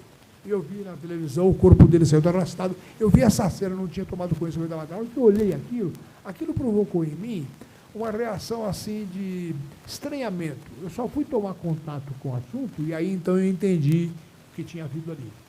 Então eu penso muito na imagem, eu não sei se o Mauro é um especialista nisso, eu estou aqui dando um tiro no escuro. E eu penso muito nos elementos que cercam a atitude do documentarista ou do repórter quando ele vai divulgar uma matéria. Sempre levando em conta aquelas duas coisas, que, na minha opinião, é o interesse público e as questões de natureza ético-profissional. São elementos que têm que ser levados em conta. O interesse público, ele cobra aquilo, ou ele é apenas uma coisa que atende à minha expectativa de brilhar uma matéria, esse meu personalismo profissional que pode ultrapassar a minha compreensão do interesse público. Eu sou o cara que fez a imagem, então eu brilho profissionalmente em função de um equívoco de natureza operacional e ética. Obrigado, gente. Vou terminar. Obrigado, então, pelo convite. Estou encerrando. Foi muito bom estar aqui. E repitam essas experiências, mesmo fora da Semana de Jornalismo. A gente pode, de vez em quando, ocupar o nosso tempo com um debate de um tópico importante. Valeu. Muito bom.